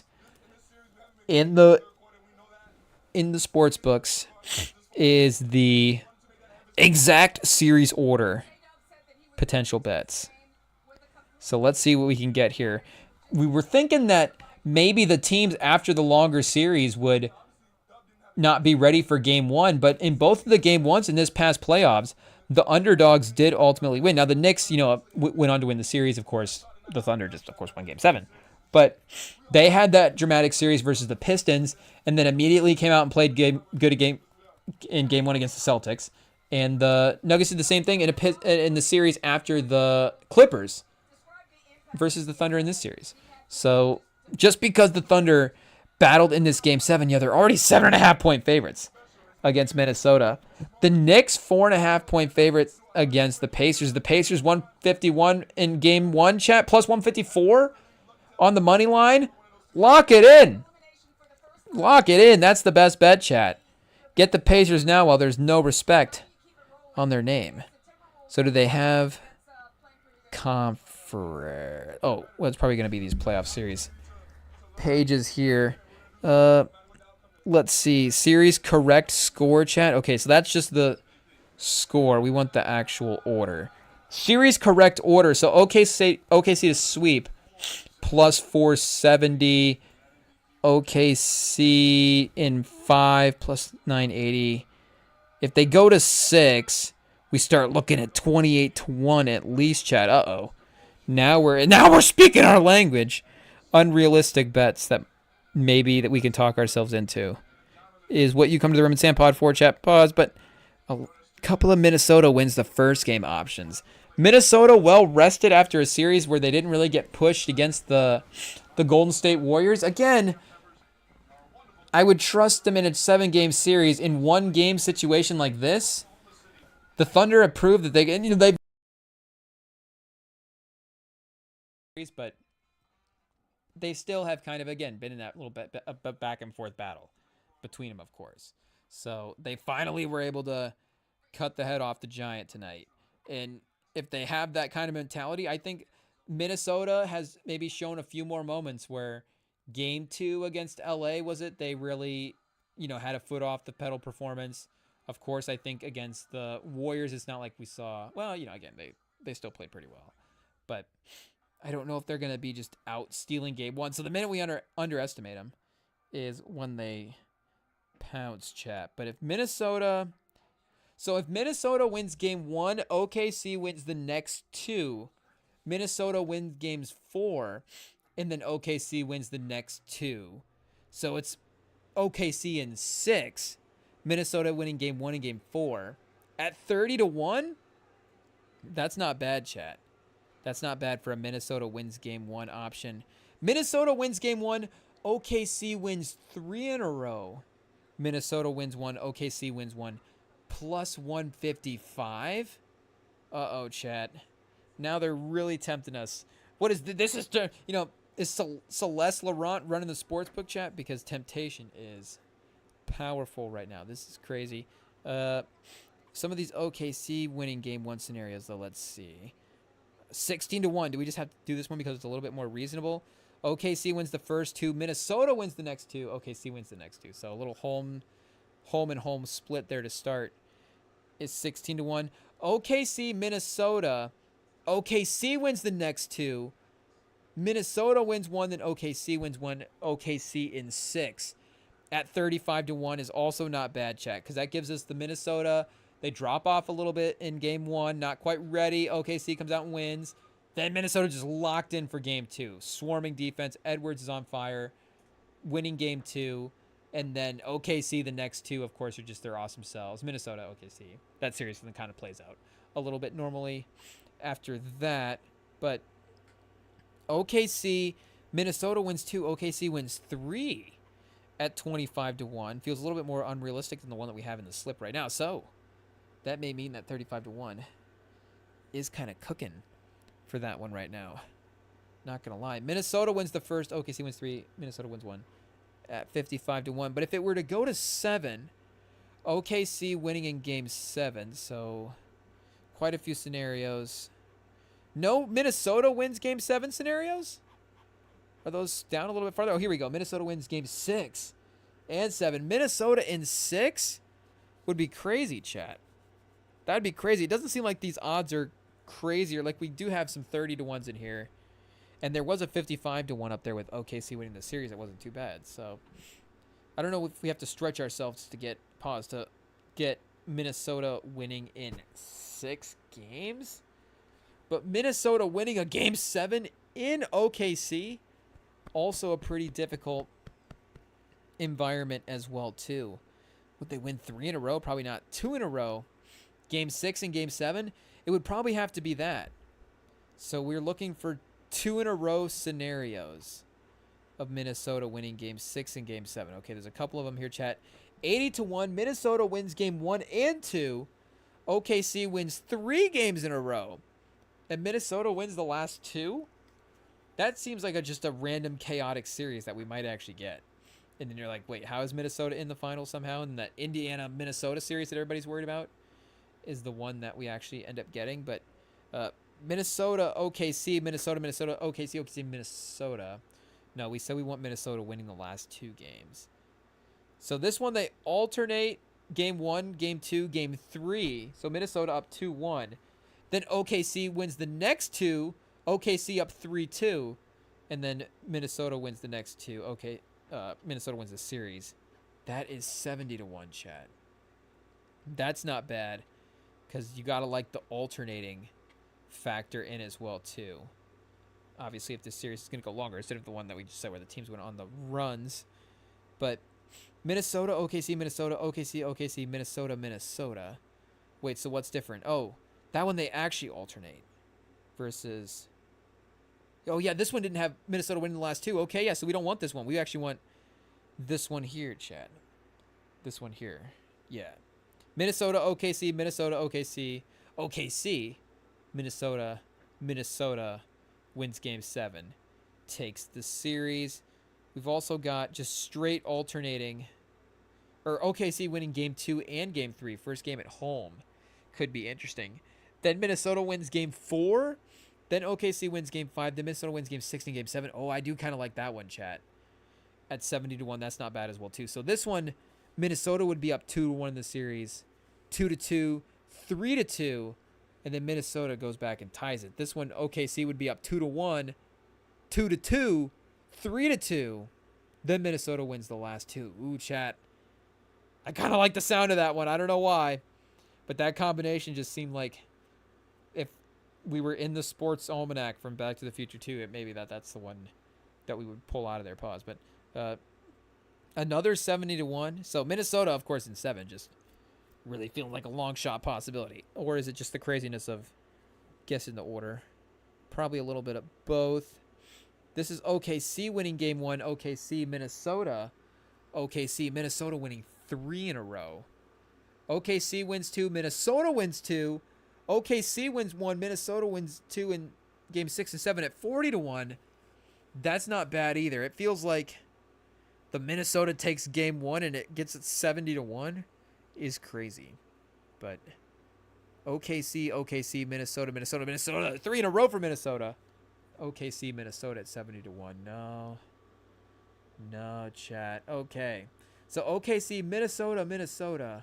OKC. See, I kind of like the idea of Minnesota playing from behind in a lot of the series and then getting those next 2. Because I feel like it'd be more of a them kind of in the same similar situation. Again, the OKC is the better team of them competing in. But like we were saying, Denver was in the front foot for a little bit of this series as well, too. So OKC being out ahead and then all of a sudden like, whoa, how did they drop this series? What happened? Could definitely see it along those lines as well, too. So these are our options. OKC in 6 or Minnesota in 7. I think we might just have to take the 70-1 out just for the fact that it's 70-1. Minnesota winning game 1, though, not totally off the table. But at 40-1, we're looking a little bit more reasonable. OKC in 6. OKC, Minnesota. OKC, OKC, Minnesota. OKC. Yeah, that might be the realistic one, chat. So I guess we're giving OKC game 1 then after this series. Tuesday night. Yikes, but still in OKC. So these are our 2 options. If OKC wins the series, they get it in 6 in the OKC, Minnesota, OKC, Minnesota, OKC order at 35-1. And then if Minnesota wins, they get OKC, Minnesota, OKC, Minnesota in 7 at 40-1. So for the East, chat, the last cipher we have to determine here is the order for the Eastern Conference semifinals, and that will be right here, chat. So this really will probably go 7 either way. So I don't know if we'll get beneficial odds in the potential longer series. Hey, yo, chat. Hey, yo. But Indiana in 7. And I don't know if Indiana will win the last 2 in this situation. So New York is the home team, right?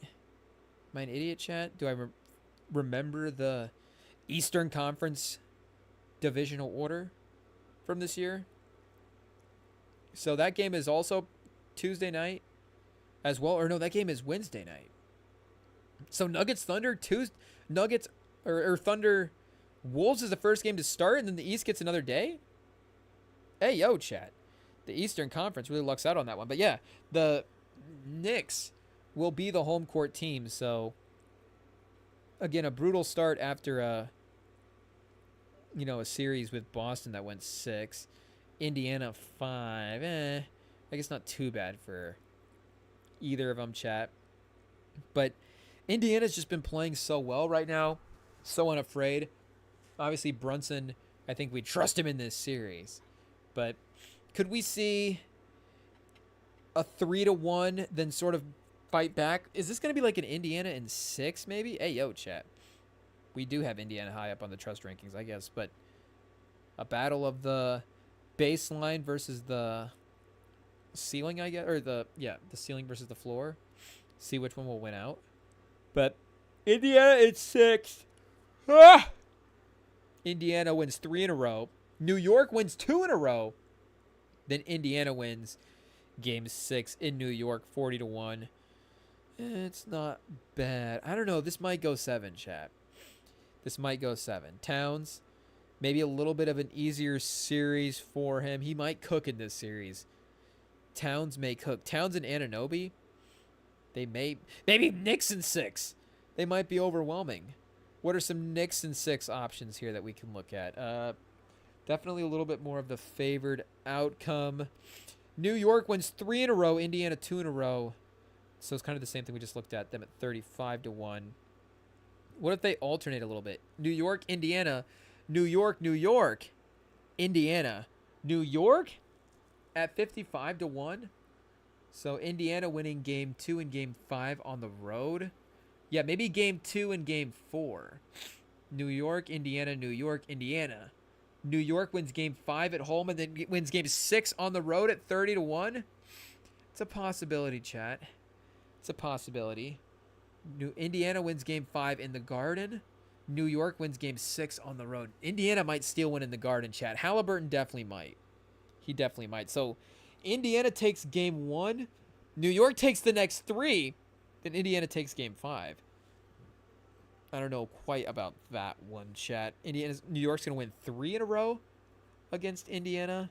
Maybe 2 in a row. So Indiana, New York, 2 in a row. Indiana wins game 4. Then New York, 2 in a row. What if Indiana wins game... So Indiana game 7 would be game 1, game 4, and game 6. Let's see what we can get on that. Indiana in game 1... Game 4 in game 6. Yeah, so Indiana, New York, New York, Indiana, New York, Indiana, New York. 35-1. So we just like the bets in the 35-1 range, I guess, chat. But that's, I could see that happening. They steal game 1 in Madison Square Garden. Then they go back and what about game 3, chat? They win the first game in Indiana. So then it's, oh, that's also 35-1. What's this 70-1 here, chat? New York wins 2 in a row, and then Indiana 2 in a row, and then New York 2 in a row? That's kind of a fun, dramatic series. We might put that one in just for the drama, chat. Everybody taking the lead back and forth. But Indiana wins game 1. And what if they win game 2, though? Now we're clearly in overthinking mode, chat. We're clearly in overthinking mode. But if Indiana wins game 2, and then game 4 in 6... Game 2, game 4. Here we go. 2, 4, and 6. Also 35-1 as well. So New York wins game 1 in the Garden. New York wins game 2 in the Garden. Oh, so maybe Indiana wins game 2 and 3? The back-to-back on the road at home.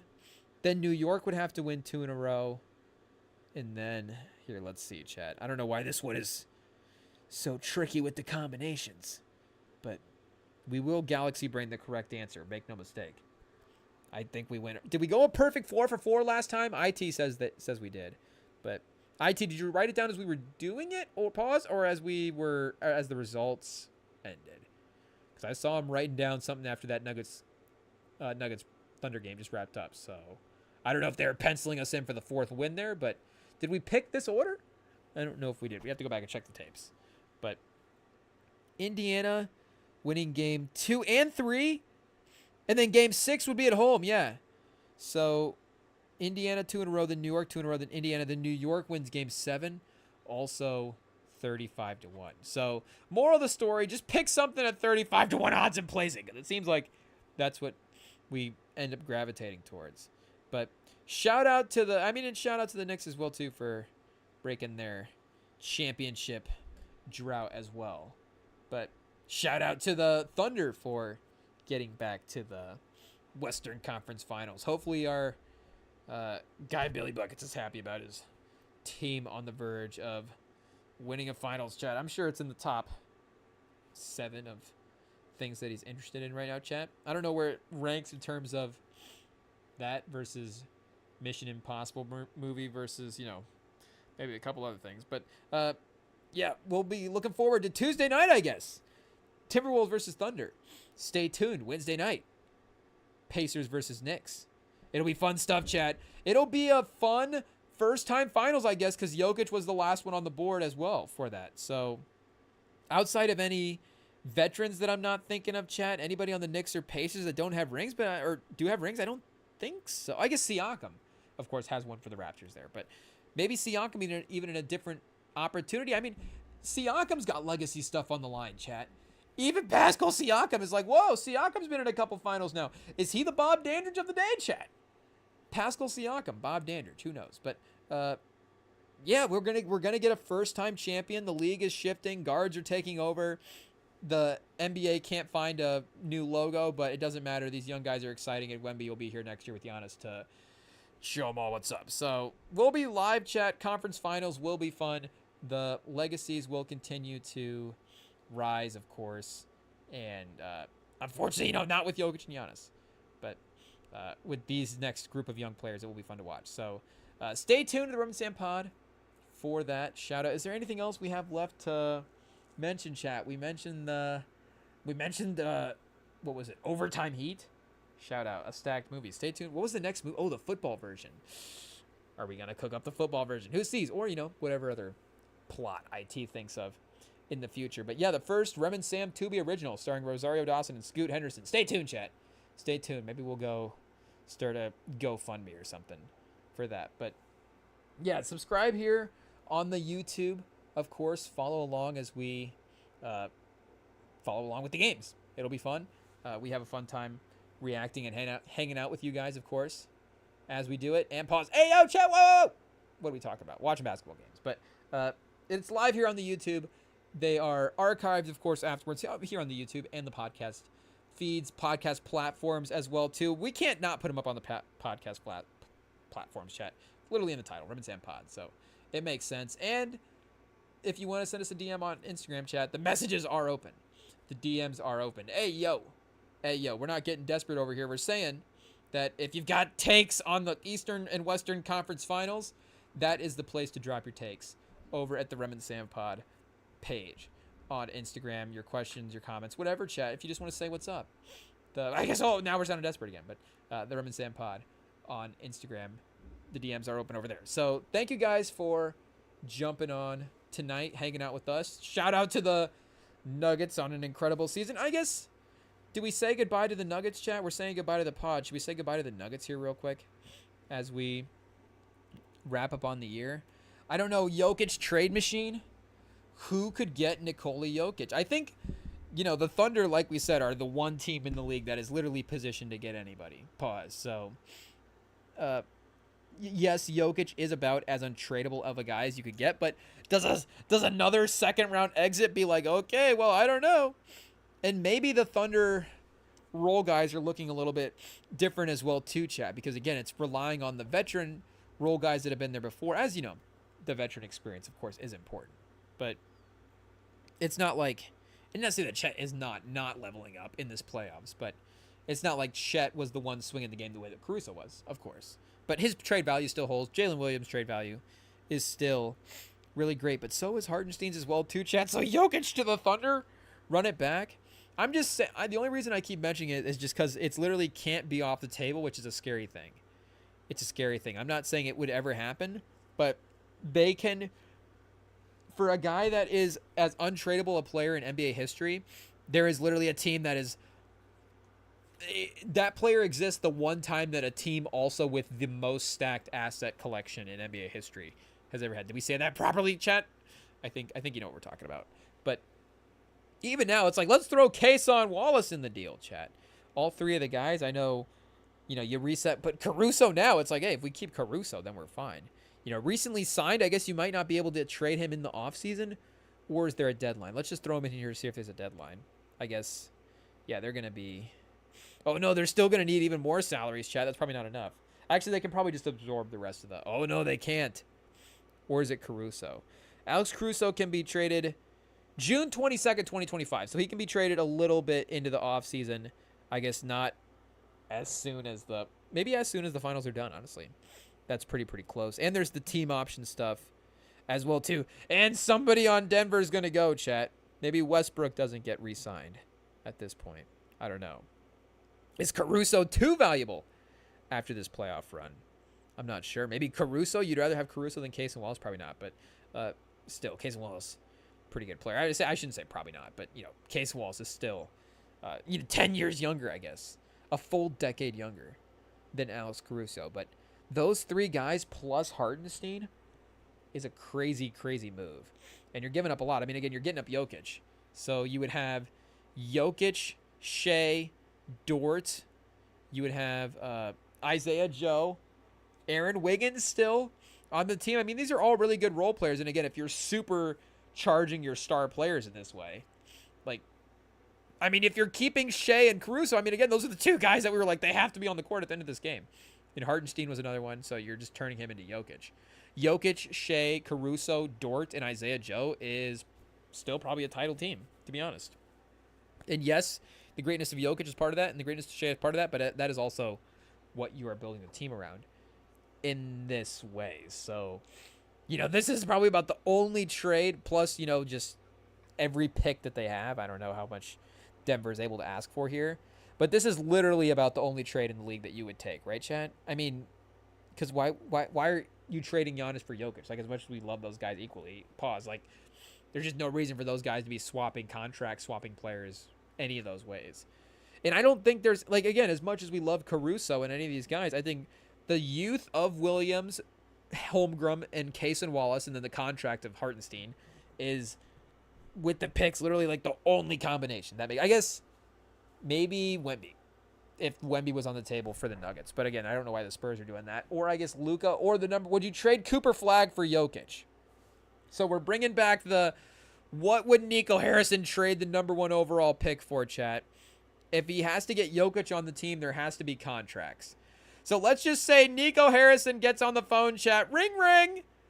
Whoever the next Denver Nuggets GM is. Ring, ring, Sam. Wait, why is Sam running the Nuggets? Because Stan Kroenke actually knows what he's talking about, chat. Give just Sam the GM job for the Nuggets. Ring, ring, Sam, will you give us Jokic for...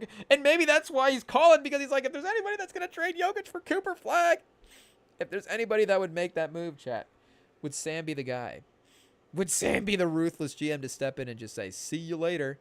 But if we go to Dallas here real quick, let's see. So Kyrie at 43 million. It's not like they can just salary dump a guy for Jokic. I think, is Cooper Flagg for Jokic enough, chat?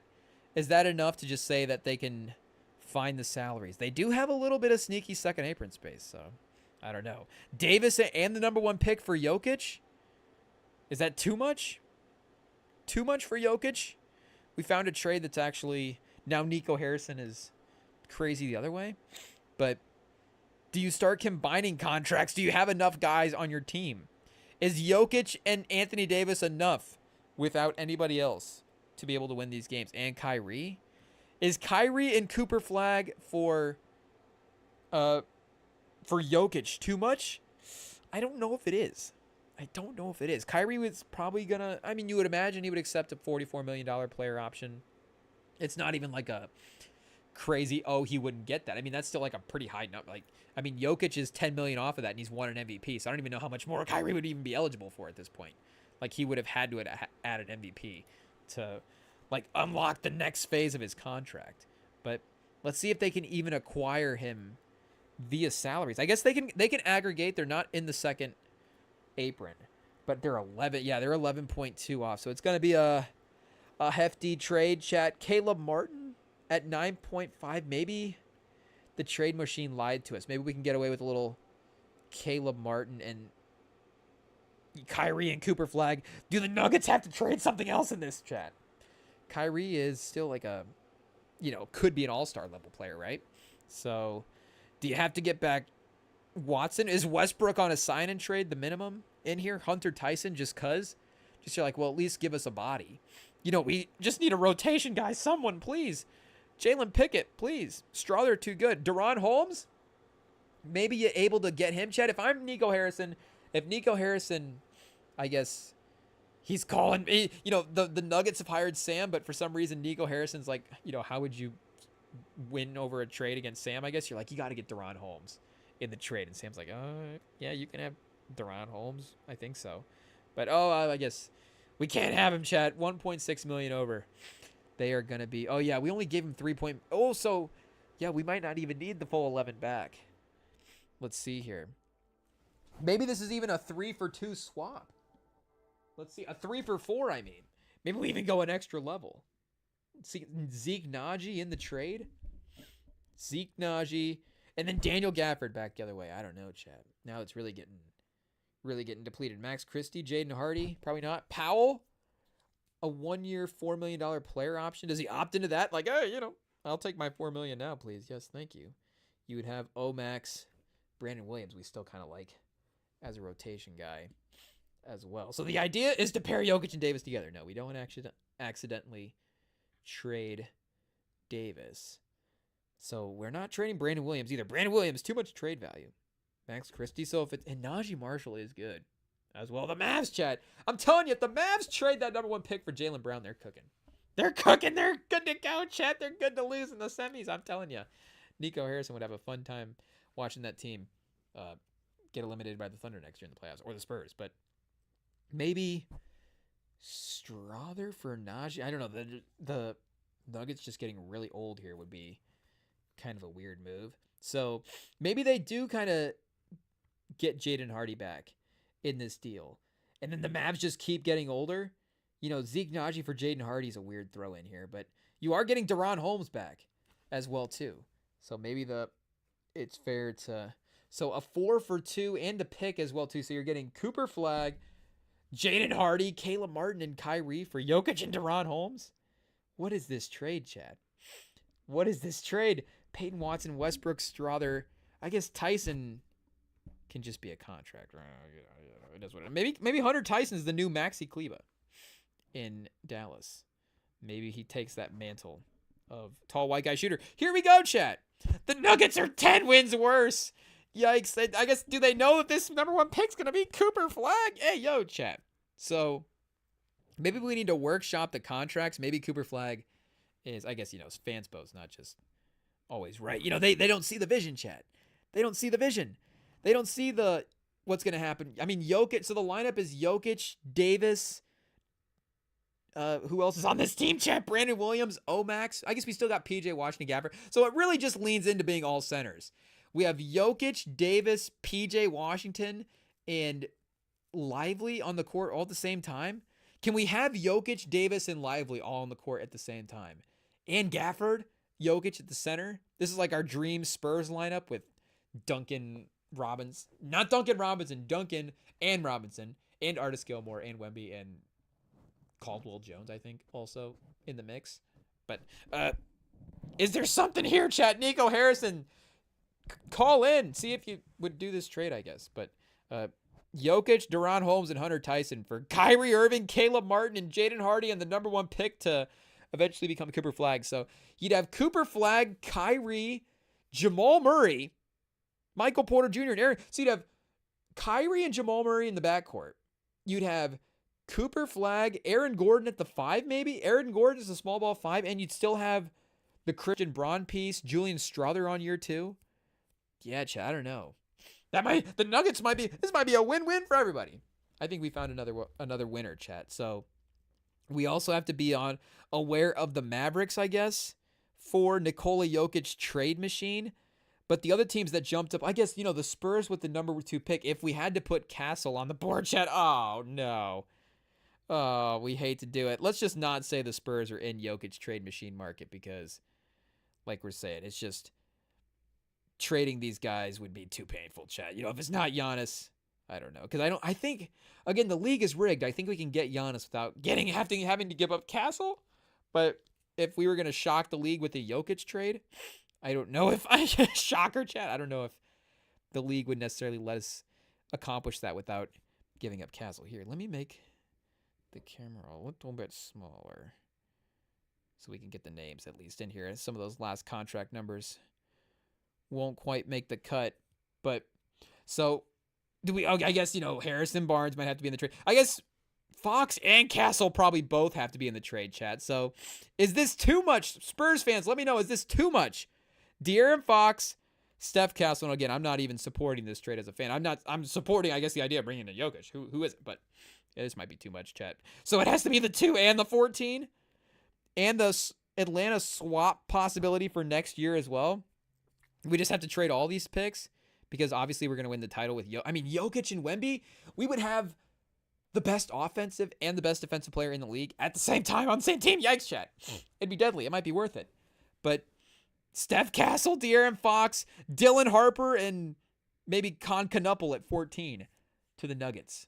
So the Nuggets would then have, Castle, Fox, Murray, a pretty guard-heavy lineup, but maybe a fun, fast team. Again, you're going to get some building blocks back for Nikola Jokic in a deal, chat. But make no mistake, first take, chat, they think they can get hot takey. Are they cooking up Nikola Jokic trades on first take? I mean, chat, can you feel the spice right now? Speaking of overtime heat right now, if overtime heat doesn't become the to be original that we pitched, it'll at least be the trade segments that we do after the teams are eliminated because, make no mistake, Jokic is not going anywhere. But, chat, Cade, chat, I wish, should we just do like an impromptu call to Sam? Should we steal the rewatchables segment from the Call Russillo segment and just call Sam? I want to know if there's a trade there. Would he trade Jokic for Cade? I feel like we're both so kind of delusionally thinking of the Cade upside right now, that of like what this player could be in terms of leading teams in the playoffs, that I think we're kind of like, I don't know, Chad, is there a deal? Cade and some picks for, again, it's not just Cade for Jokic straight up. That's not what I'm saying. Cade and Asar for Jokic, it just becomes ridiculous. Like these teams are just trading their foundational pieces away for bringing in Jokic. And, timelines and stuff, I get it. But you're like, okay, we get Jokic around Tobias Harris and Tim Hardaway Jr. Like, they learned the wrong pieces were the core of their playoff run, I guess, from last year. You bring Jaden Ivey back off of the injury. You're not going to trade both of these young players. That's actually too much for Jokic, chat. We found another too much trade. They don't have their number 1 pick this year, so, unprotected first in 2026 with Jokic is not going to be a great pick. But again, you're trying to win a title, so maybe a first and would you trade 2 firsts in Cade? That'd be a ton, chat. That'd be a ton. Would you trade Cade and Ivy for Jokic though? Cade and Holland? Cade and Duren. Maybe you need a center. So is the Cade and Duren? I mean, the Cade and Duren pick and roll might have equal net rating to just Jokic on the court. Of course, that's how insane Jokic has been. But Cade, this might not work for contracts either. Oh, they do have $50 million in first apron space. So they might just be able to eat this contract. Oh, there we go, chat. Cade and Duren for Jokic. Get the Durant trade out of here, chat. Let's get Jokic in the Pistons. Not even worry about getting the rest of the lineup better. Just, let's just bring Jokic in and all of a sudden, Jokic in the East next year, that's the key, chat. Jokic is going to just look at the West like, oh, that's why Jokic is going to bed early this year, chat. Jokic is trying to get some rest next year for when the Western Conference really powers up. He's like, oh man, I'm thinking ahead already. But the secret should just be to go to the East. No Tatum. He's going to be facing Peyton Pritchard in the Eastern Conference Finals. The man will be 12-0 getting to the finals. Even on this Pistons team. Jokic, Asar Thompson, Ron Holland, I guess They are kind of. I guess Ivy as well too. He didn't play this year, but yeah, next year, Ivy. So those three guys, anyways, and then, whoever they pick 37th, Tobias Harris back on one more year. It's not a bad team, chat. That team might make the Eastern Conference Finals. Is Paolo also in the mix?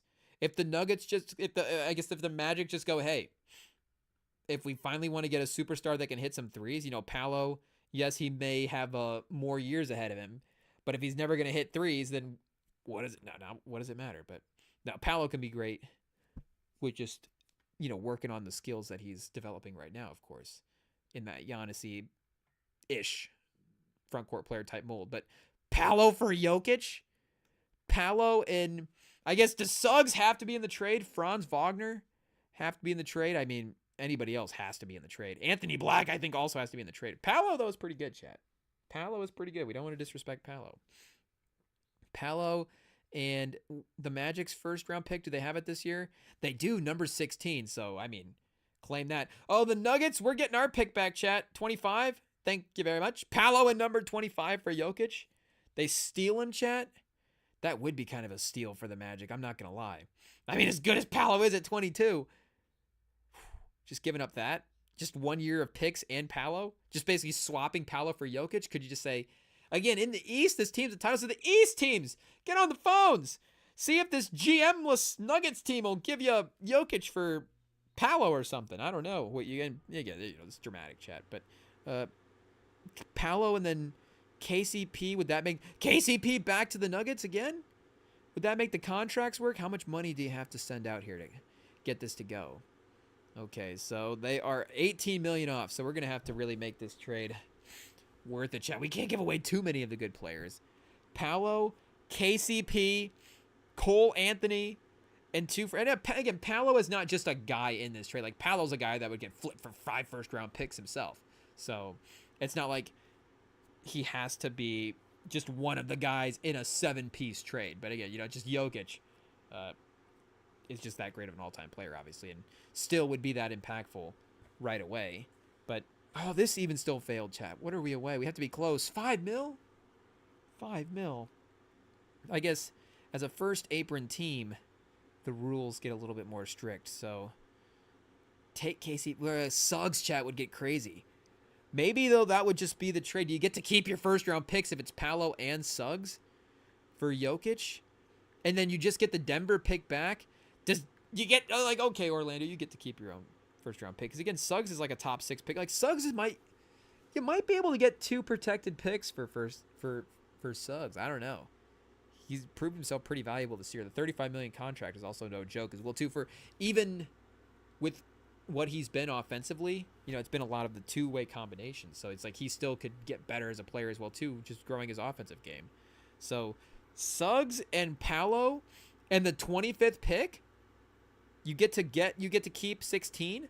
So you have Franz Jokic in the 16th pick in this draft. Let's see, was it this one? Yeah, you get your 16th pick. So I feel like the contracts would work for this. No! So close. Oh, 4.8. That 100% will get you, chat. That 100% will get you. Let's see here. Is there? I guess Jet Howard. See you later. Sorry, Jet Howard. Okay, what if the Nuggets have to give the NFL second rounder? Oh, they don't even have it. Okay, there it is. So Jalen Pickett back. Is that going to mess the contracts back up, or are we still not just thinking clearly and committing? Yeah, chat, we just got to commit. You're getting Jokic. It is what it is. So no pick. Jet Howard swings the pick as well, too.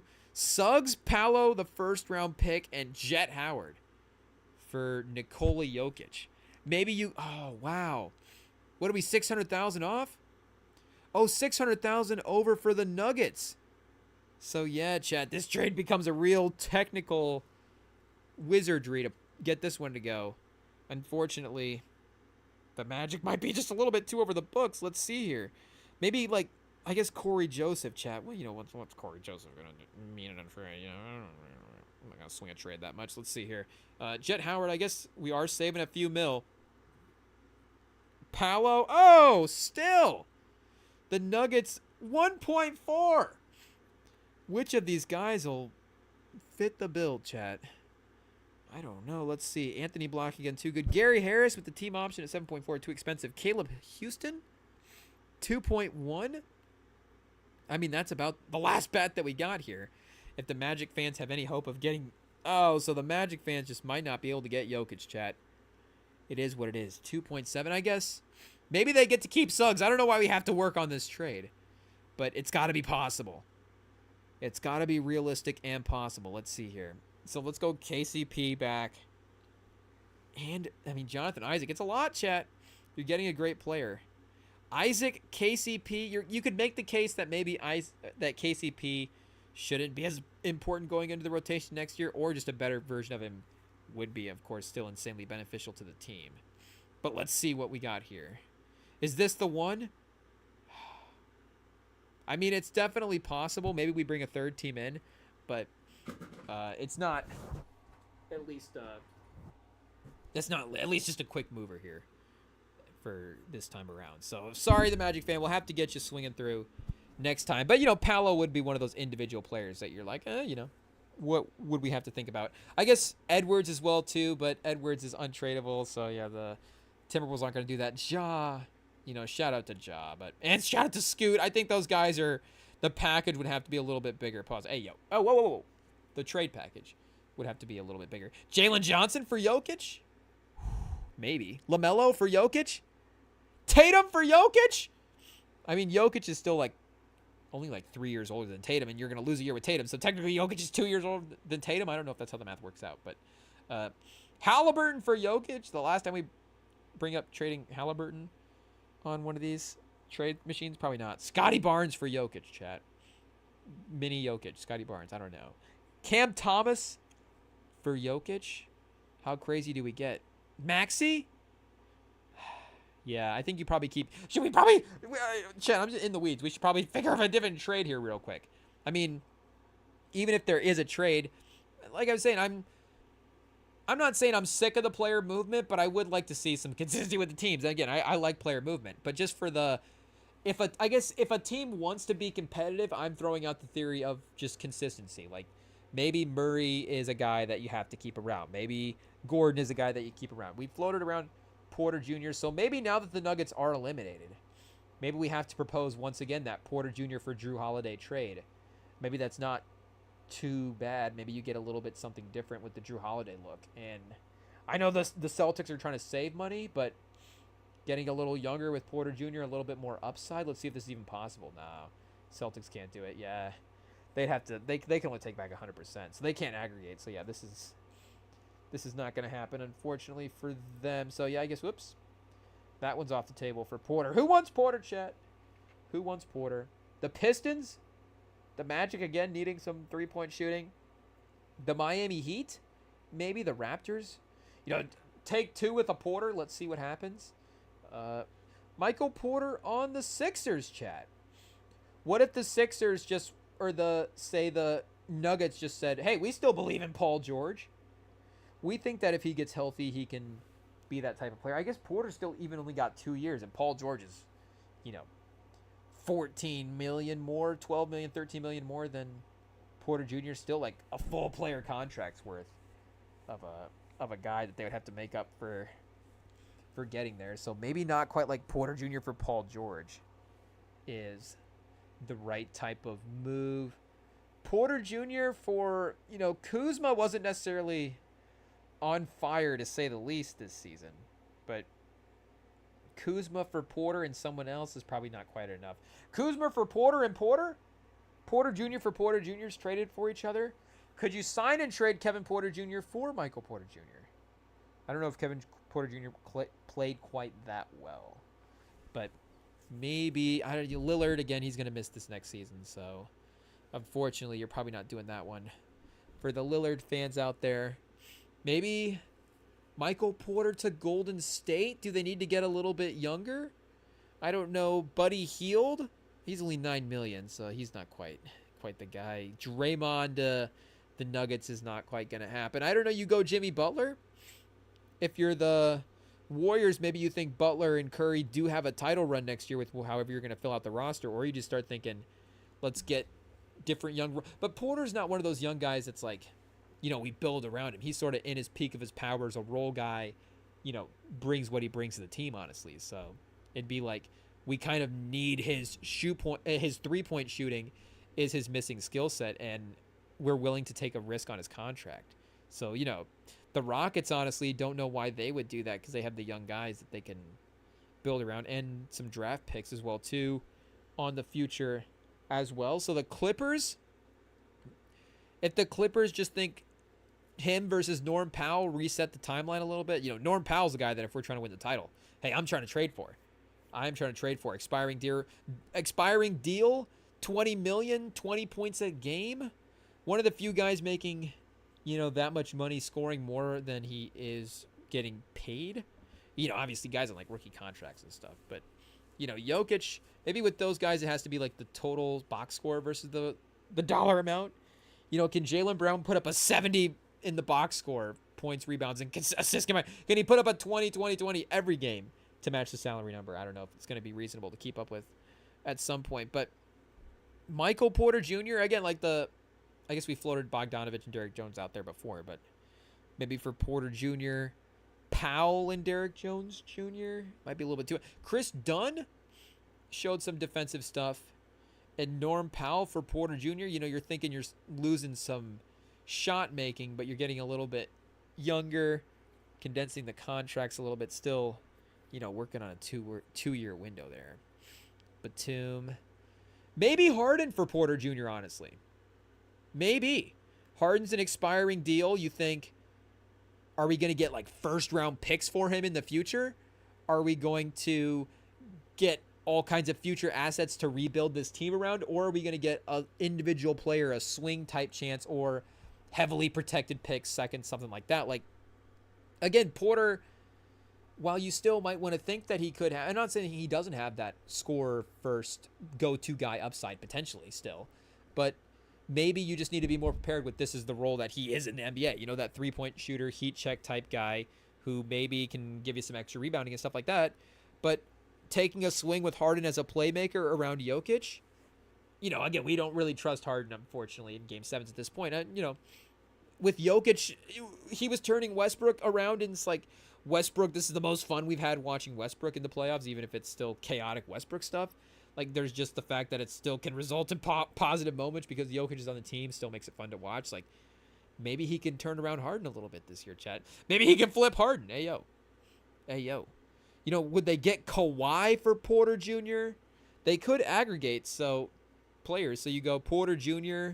and start just trading everybody. Would it be Porter Jr. and Aaron Gordon for Kawhi? Like, if you're the Clippers, you really do have to start thinking about that one. That's just kind of an interesting, just gives us a couple of pieces to work with type deal. Kawhi maybe gets you some picks as well too. But could you stack Zeke Naji in here? Oh, Zeke Naji and Porter Jr. gets you to 46. They might be able to do this one. And they barely have any picks. Oh, close, Chat. The Nuggets still need to get $3.4 million off the books. So let's go back to Holmes, Chat. Again, they're not getting any future assets. So just piling on the players might be the way to go. Ooh, $270K. That's got to be the closest we've ever had to getting a fake trade off. Hey, yo, what are we talking about? But Deron Holmes, Hunter Tyson, not enough. Christian Braun, too good. Dario Saric, player option. Would Dario Saric opt into his 1-year, $5 million player option to see if this trade will go? So this trade would go. Oh, and the Clippers are better. Porter Jr., Zeke Naji, and Dario Saric, they're 2 wins better. Kawhi, Ewing theory? I guess it's just these guys play enough games to give them 2 more wins versus Kawhi just doesn't, not after the regular season, but Kawhi in the playoffs with Jokic? Who knows? Maybe you just give up whatever pick you're able to. Or, oh, wait a second. Maybe Braun is in the deal. I don't know. You really start sacrificing the future stuff. Strother? Maybe you think, okay, Strother played well, but again, is he just more of that type of 3-point shooter, heat check type guy?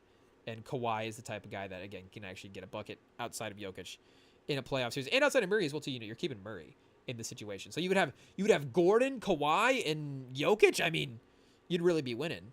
And Porter on the Clippers with Holmes, and maybe you do have to give up Strother as well too to get Kawhi. And the Clippers are feeling good about some of their young players.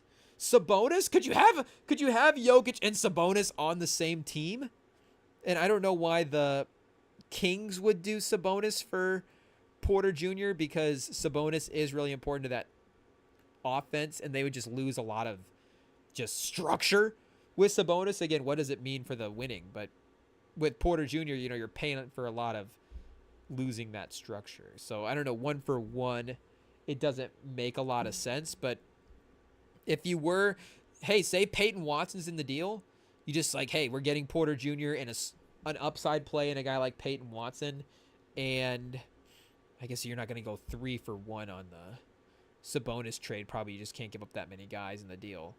Oh, fortunately for Nuggets fans, this one doesn't work. Yeah, they probably don't want to give up Peyton Watson for Sabonis, but as weird as that might sound, it just, what does Sabonis provide you in a playoff series? Of course, that Jokic doesn't provide you. But in terms of gettable guys, that could be a fun one. So, Zach LaVine was gettable last year. Could he be another trade guy as well, too? Porter Jr. for Zach LaVine. But Zach LaVine was so good for the Kings this year that maybe they want to keep him around. And he's probably needed a little bit more than Porter Jr. The only thing would be probably the age thing. It's like, what is Zach LaVine going to just, what are the all-NBAs and stuff, I guess, going to be like for Zach LaVine going forward? Anyways, but he could be a possibility. I wouldn't trade Aaron Gordon, though. I think Aaron Gordon played really well in this playoffs. Unfortunately, he just got hurt. So if you were to trade Aaron Gordon, you'd really have to start looking at some younger pieces or some pieces that are really going to be an upgrade, chat. Like, again, the Mavs are just the who needs veteran guys. Who's willing to trade for veteran guys? Dallas Mavericks.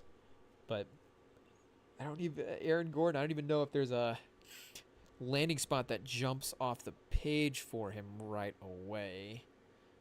At least there's nowhere that like I would want Aaron Gordon to go. Anyways, same with Porter Jr., but I guess, Jokic, we just want him on the Spurs, obviously. But Porter Jr. to the, could he be another Grizzlies guy as well, too? 38's a little much. You're not going to go Desmond Bane for Porter Jr. Murray? What would a Murray trade look like? Not for the Nuggets, but what if somebody was like, hey, what if we still believe in Jamal Murray at 4 years, $46 million, and we want to take a swing? We think he's the missing piece. Like, let's go back to Detroit. What if, chat, you know what? That would be like a move. Ivy for Murray would be a real swing because Ivy could be really good too. So he's got some real upside. That would be a interesting, like, whoa, what happened? Not, Luka Davis level for the Lakers, but that could be a fun timeline reset as well too around Jokic. But if you're thinking, we need guys in playoff series right now to get buckets next to Cade, Murray in the Eastern Conference, can he be that player?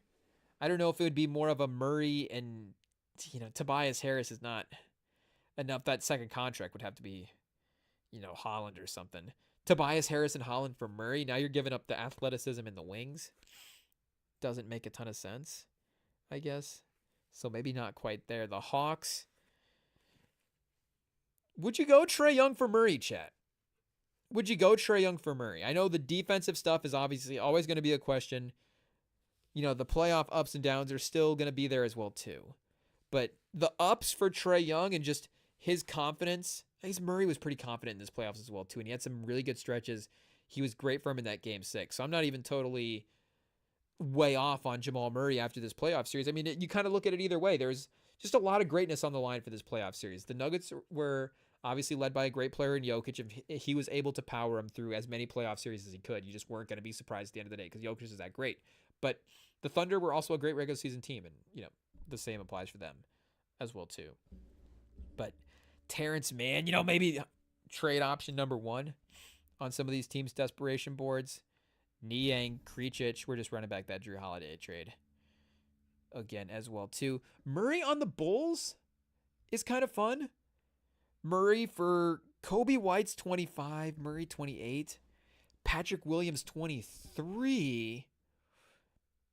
Patrick Williams 4 years, $18 million a year. I mean, yeah, he's no Jamal Murray, but just, I don't know, Patrick Williams is to Jokic. Maybe we see like what actually Patrick Williams could fully become as a player, chat. Who knows? Lonzo, Jalen Smith, Ayu Dosunmu. You couldn't get Ayu and Kobe White for Jamal Murray. Probably not. The Bulls are kind of liking this team. There's some fun attached players on this roster anyways. You do have the Zach Collins number at $18 million a year if you just want to throw him in there just to boost the stuff up. But why would you trade both of your backcourt guys for Murray? Yeah, probably not, chat. Maybe Miami, though, if they want to get interesting, bring in a different guard. Rozier's contract, I guess he gets you halfway there, though. Isn't he in like a scandal right now for point shaving or something? I'm not sure. So maybe they don't want to start investing in that. Wiggins at 30 years old, 28.2. And Jamal Murray at 46. He'll get you halfway there. I don't know if that's a trade that you would think player for player is kind of close in some ways because of the difference of what they provide on the court. But Murray does have some higher playoff moments than Wiggins, even though Wiggins was great in their finals run as well. But the idea of them having to throw in and sprinkle in a different piece wouldn't be too surprising as well. So Kyle Anderson at 31, I mean, you're really pushing up the timeline. And to give up Murray for a couple of, wing type guys, not necessarily role guys, but guys that don't have that history with the team, obviously, and not necessarily the next face of the Nuggets, would be an interesting move. Just trying to trade him off for parts, essentially. But there's no way you could get a Jokic in here. You're probably not going to get Hawkes. Pell Larson? Is there any way you scoop up Pell Larson as the saving grace? If you could get Pell... I'm not even, half joking, chat. I'm only like 9% joking. Pell Larson might actually be a piece, especially, again, around Jokic, anybody's a piece. But Pell Larson, Kyle Anderson, Andrew Wiggins for Jamal Murray. Oh, it might not be enough. Let's see. Oh, it works! And it's kind of equal on the trade machine as well, too. So that's not bad. That's not bad. Then you have Jokic next to Wiggins, Strother, Gordon, Braun, and Pell Larson as your point guard. You still do need a guard. Like, they really don't have any, I was going to say ball handlers outside of Jokic, obviously, but Murray does really function as their only other, real run the offense in a real way type guy. So is there any way you could get a run the offense and a secondary player? What about the Lakers, chat? The Lakers, once again, saving the Nuggets. The Nuggets got a couple of playoff wins against the Lakers in the last couple of years. Could they get them out of a roster pickle AO with a Jamal Murray trade? What if they got Austin Reeves in a Jamal Murray trade? Does that make sense? You think about Jamal Murray's more playoff upside? I don't know. I think Reeves offensively can give you some similar stuff, though. So Reeves and Hachimura for Jamal Murray, it seems like a lot. And you could probably do, for as good as Jamal Murray is, that trade package might even fetch you a little bit more. I don't even know if this is possible to do. Yeah, this is not going to happen. Lakers 14, way off, chat. Way off with this one. So this one might even be infeasible as well, too. LeBron and Reeves for Jamal Murray, or just LeBron for Jamal Murray, maybe? Jamal Murray and Zeke Naji for LeBron. Ayo, would the Lakers do that trade? Would the Lakers do Christian Braun for LeBron? Who knows? Well, I guess, again, Jamal Murray would also probably have to be in the deal. Probably not, chat, would be my initial guess. How good of a trade piece is Julius Randle this year? Julius Randle for Jokic and Julius Randle and Jaden McDaniels for Jokic. And then you just have Jokic and Anthony Edwards. Tim Connolly, full circle. He built the team to take down Jokic, and then he just turns around and trades for Jokic after losing to the Pacers in the NBA Finals. Who knows? But, let's see if that actually works here real quick. Julius Randle opts into his $30.9 million a year player option for 1 year, which he may just opt out. Not to just necessarily even make more money, but the fact that he can even get maybe the same level after this playoff run, that's like, okay, at least let me lock in, 3 or 4 more years of this, if that's a possibility. But let's see, Julius Randle and Jaden McDaniels for Jokic. Is it possible? Is Dillingham have to be in the trade? Okay, so, we should probably actually trade Jokic in this hypothetical situation. Ooh, I think it's gonna work, chat. I think it's gonna be almost perfect, if not too perfect. It's so close. It's too perfect. We're $570,000 off on the Denver side of things. So, Minnesota, they'll dip below the second apron here, and they'll be able to aggregate players in a trade. So maybe there, more stuff going around here. Let's see. Dillingham and Braun. Ooh. I mean, you are giving up, what's your future piece anyways in this deal? Randall, McDaniels, and giving up Braun. Yeah, chat. You're building your franchise around Christian Braun at this point. So maybe you make the Nuggets take the Conley contract as well too, as part of not getting any picks. Take Conley, and we'll take. Maybe you do take Peyton Watson in this situation. You go, okay, he may be a guy that could be valuable, but he's not going to be valuable to a team that's just with absolutely, or who knows, chat. Maybe him with room to cook is actually what they need. Let Peyton Watson cook, So Randall, McDaniels, Connolly for Jokic and Peyton Watson. Yeah, no, the Timberwolves are definitely winning that trade. Yeah. Peyton Watson might be a little too much in there. Let's see. Let's get Connolly out of this deal, chat. Do they have, I guess, because did we put Dillingham in the deal, or did we not? Did we just do those three? I don't remember.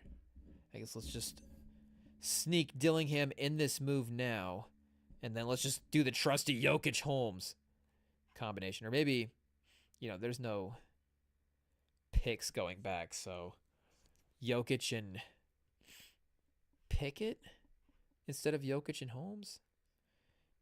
Jokic and Pickett for Randall, McDaniels, and Dillingham, chat? Is that a fair trade? We had to go back into that one. Let's see here. Hey, yo. So cut $5 million from the Detroit incoming trade. I guess. Let's see here, chat. So we're gonna have to lose Dillingham in this deal? Maybe? Let's see. I don't know why the logistics of the trade being difficult. Okay, yeah, here we go, chat. Randall and McDaniels for Jokic and Pickett. The Nuggets are cleaning up on that deal. So it's going to have to be a little bit more pick-based than that, and they just don't have the ability to do that. So I guess you do have the Zeke Naji contract for $8 million here. Let's go back here real quick. Let's undo this Pickett contract. Let's go Zeke Naji. I guess Zeke Naji's only 24. Zeke Naji's not bad, chat. We shouldn't just be writing off Zeke Naji as a guy. But 4.7 or 8.1. Okay, 8.1. So we got room to work with here. Okay, let's go back to Dillingham then. Dillingham at 6.5. So could we go Jokic and Naji for Randall, McDaniels, and Dillingham? Let's see here. If Dillingham really turns into something, I mean, they even got worse off this deal, but, at least you have a little bit more futuristic upside in a way with Dillingham. And some confident mindset stuff as well, too. Maybe he's learned from Anthony Edwards in a proper way, but there's not quite enough there for the Jokic side of things. So, I don't know. Is there some interesting Randall for Gordon stuff if you want to switch up what Gordon can do offensively? But Gordon still has continued with the three-point shooting to be consistent there. So I don't know if that is necessarily the right move. Jamal Murray for Kyrie if you want to get really feisty. And what about Jamal Murray to the Blazers? They might seem like a type of team that's like, we got this weird collection of veterans. We'll take Jamal Murray. They do have some guards as well too. So here, let me reset this trade machine real quick because the players are all out of whack from making these trades. But let's see here. Go back to Denver, and we'll go back to the, let's see here, chat. The Blazers is what we were trying to cook up. So I don't know if we're getting Scoot back if we're the Nuggets. Obviously, that would be up near the top of the priority list. Simon's on an expiring, 25 years old. You just think, okay, what does the Blazers necessarily want to do with his salary going forward? I don't know if you're locking in Murray at $46 million a year necessarily, but him at 28, do you just feel more good about Murray on whatever number versus Simons on whatever number? Though I think you're probably just Simons offensively at this point, at his age. Maybe you're feeling okay, but Grant at 31 and maybe a wing, a different type of player. Do you go Grant for Porter Jr.? Maybe. The Nuggets would save a few bucks as well too, so that would help. Grant for Gordon would be a tough one defensively, and some of the rebounding stuff, you'd really be hoping that Grant makes up for it in that way, chat. And I don't know if he's necessarily providing that same type of physicality, but Murray for Simons and Robert Williams on expiring deals. I mean, you're really doing a great job of getting out of the long-term aspect of the Murray contract as well. But I don't know if that's quite enough for the Blazers to make that move. I guess, is Bradley Beal waive the no-trade clause? You're probably not doing that move as well either. The Pelicans are a sneaky Murray team. They've already got a DeJounte, so maybe they'd take a Jamal as well too, Chad. Hey, yo, pause. And they got a Trey. Oh, I guess Trey Murphy. Not necessarily Trey Murray. But Zion for Jamal Murray. Zion for Porter Jr. DeJounte Murray for Porter Jr. I guess DeJounte Murray is injured, so I don't know exactly what his status is. McCollum for Porter Jr. I don't know. It doesn't quite excite you, Chad. I think you just rather would have 6'10" three-point shooting from Porter Jr. So, I don't know. Maybe we'll look at the Nuggets trade machine a little bit more closely. Like we said, I guess they're not desperate for trades. But just a quick look, Chad, just in case. The Nuggets fans, they're feeling bad, so now's the time to think the nasty trade thoughts with your guys. So, Jokic for Paolo, chat. We'll keep cooking it up and see what happens. But, yeah, I guess we did the promo for the pod already like an hour ago. But, yeah, once again, subscribe to the YouTube, live feeds all the time, following games, following stuff, following movies, following music. We're having a good time, chat, hanging out. So hang out with us here on the YouTube, on the live feeds. Catch us later on the podcast feeds, and message us over at REMINGTOM on Instagram as well. We'll catch you later this week. It looks like we still got basketball in the next couple of days, so that'll be fun. We'll see you later.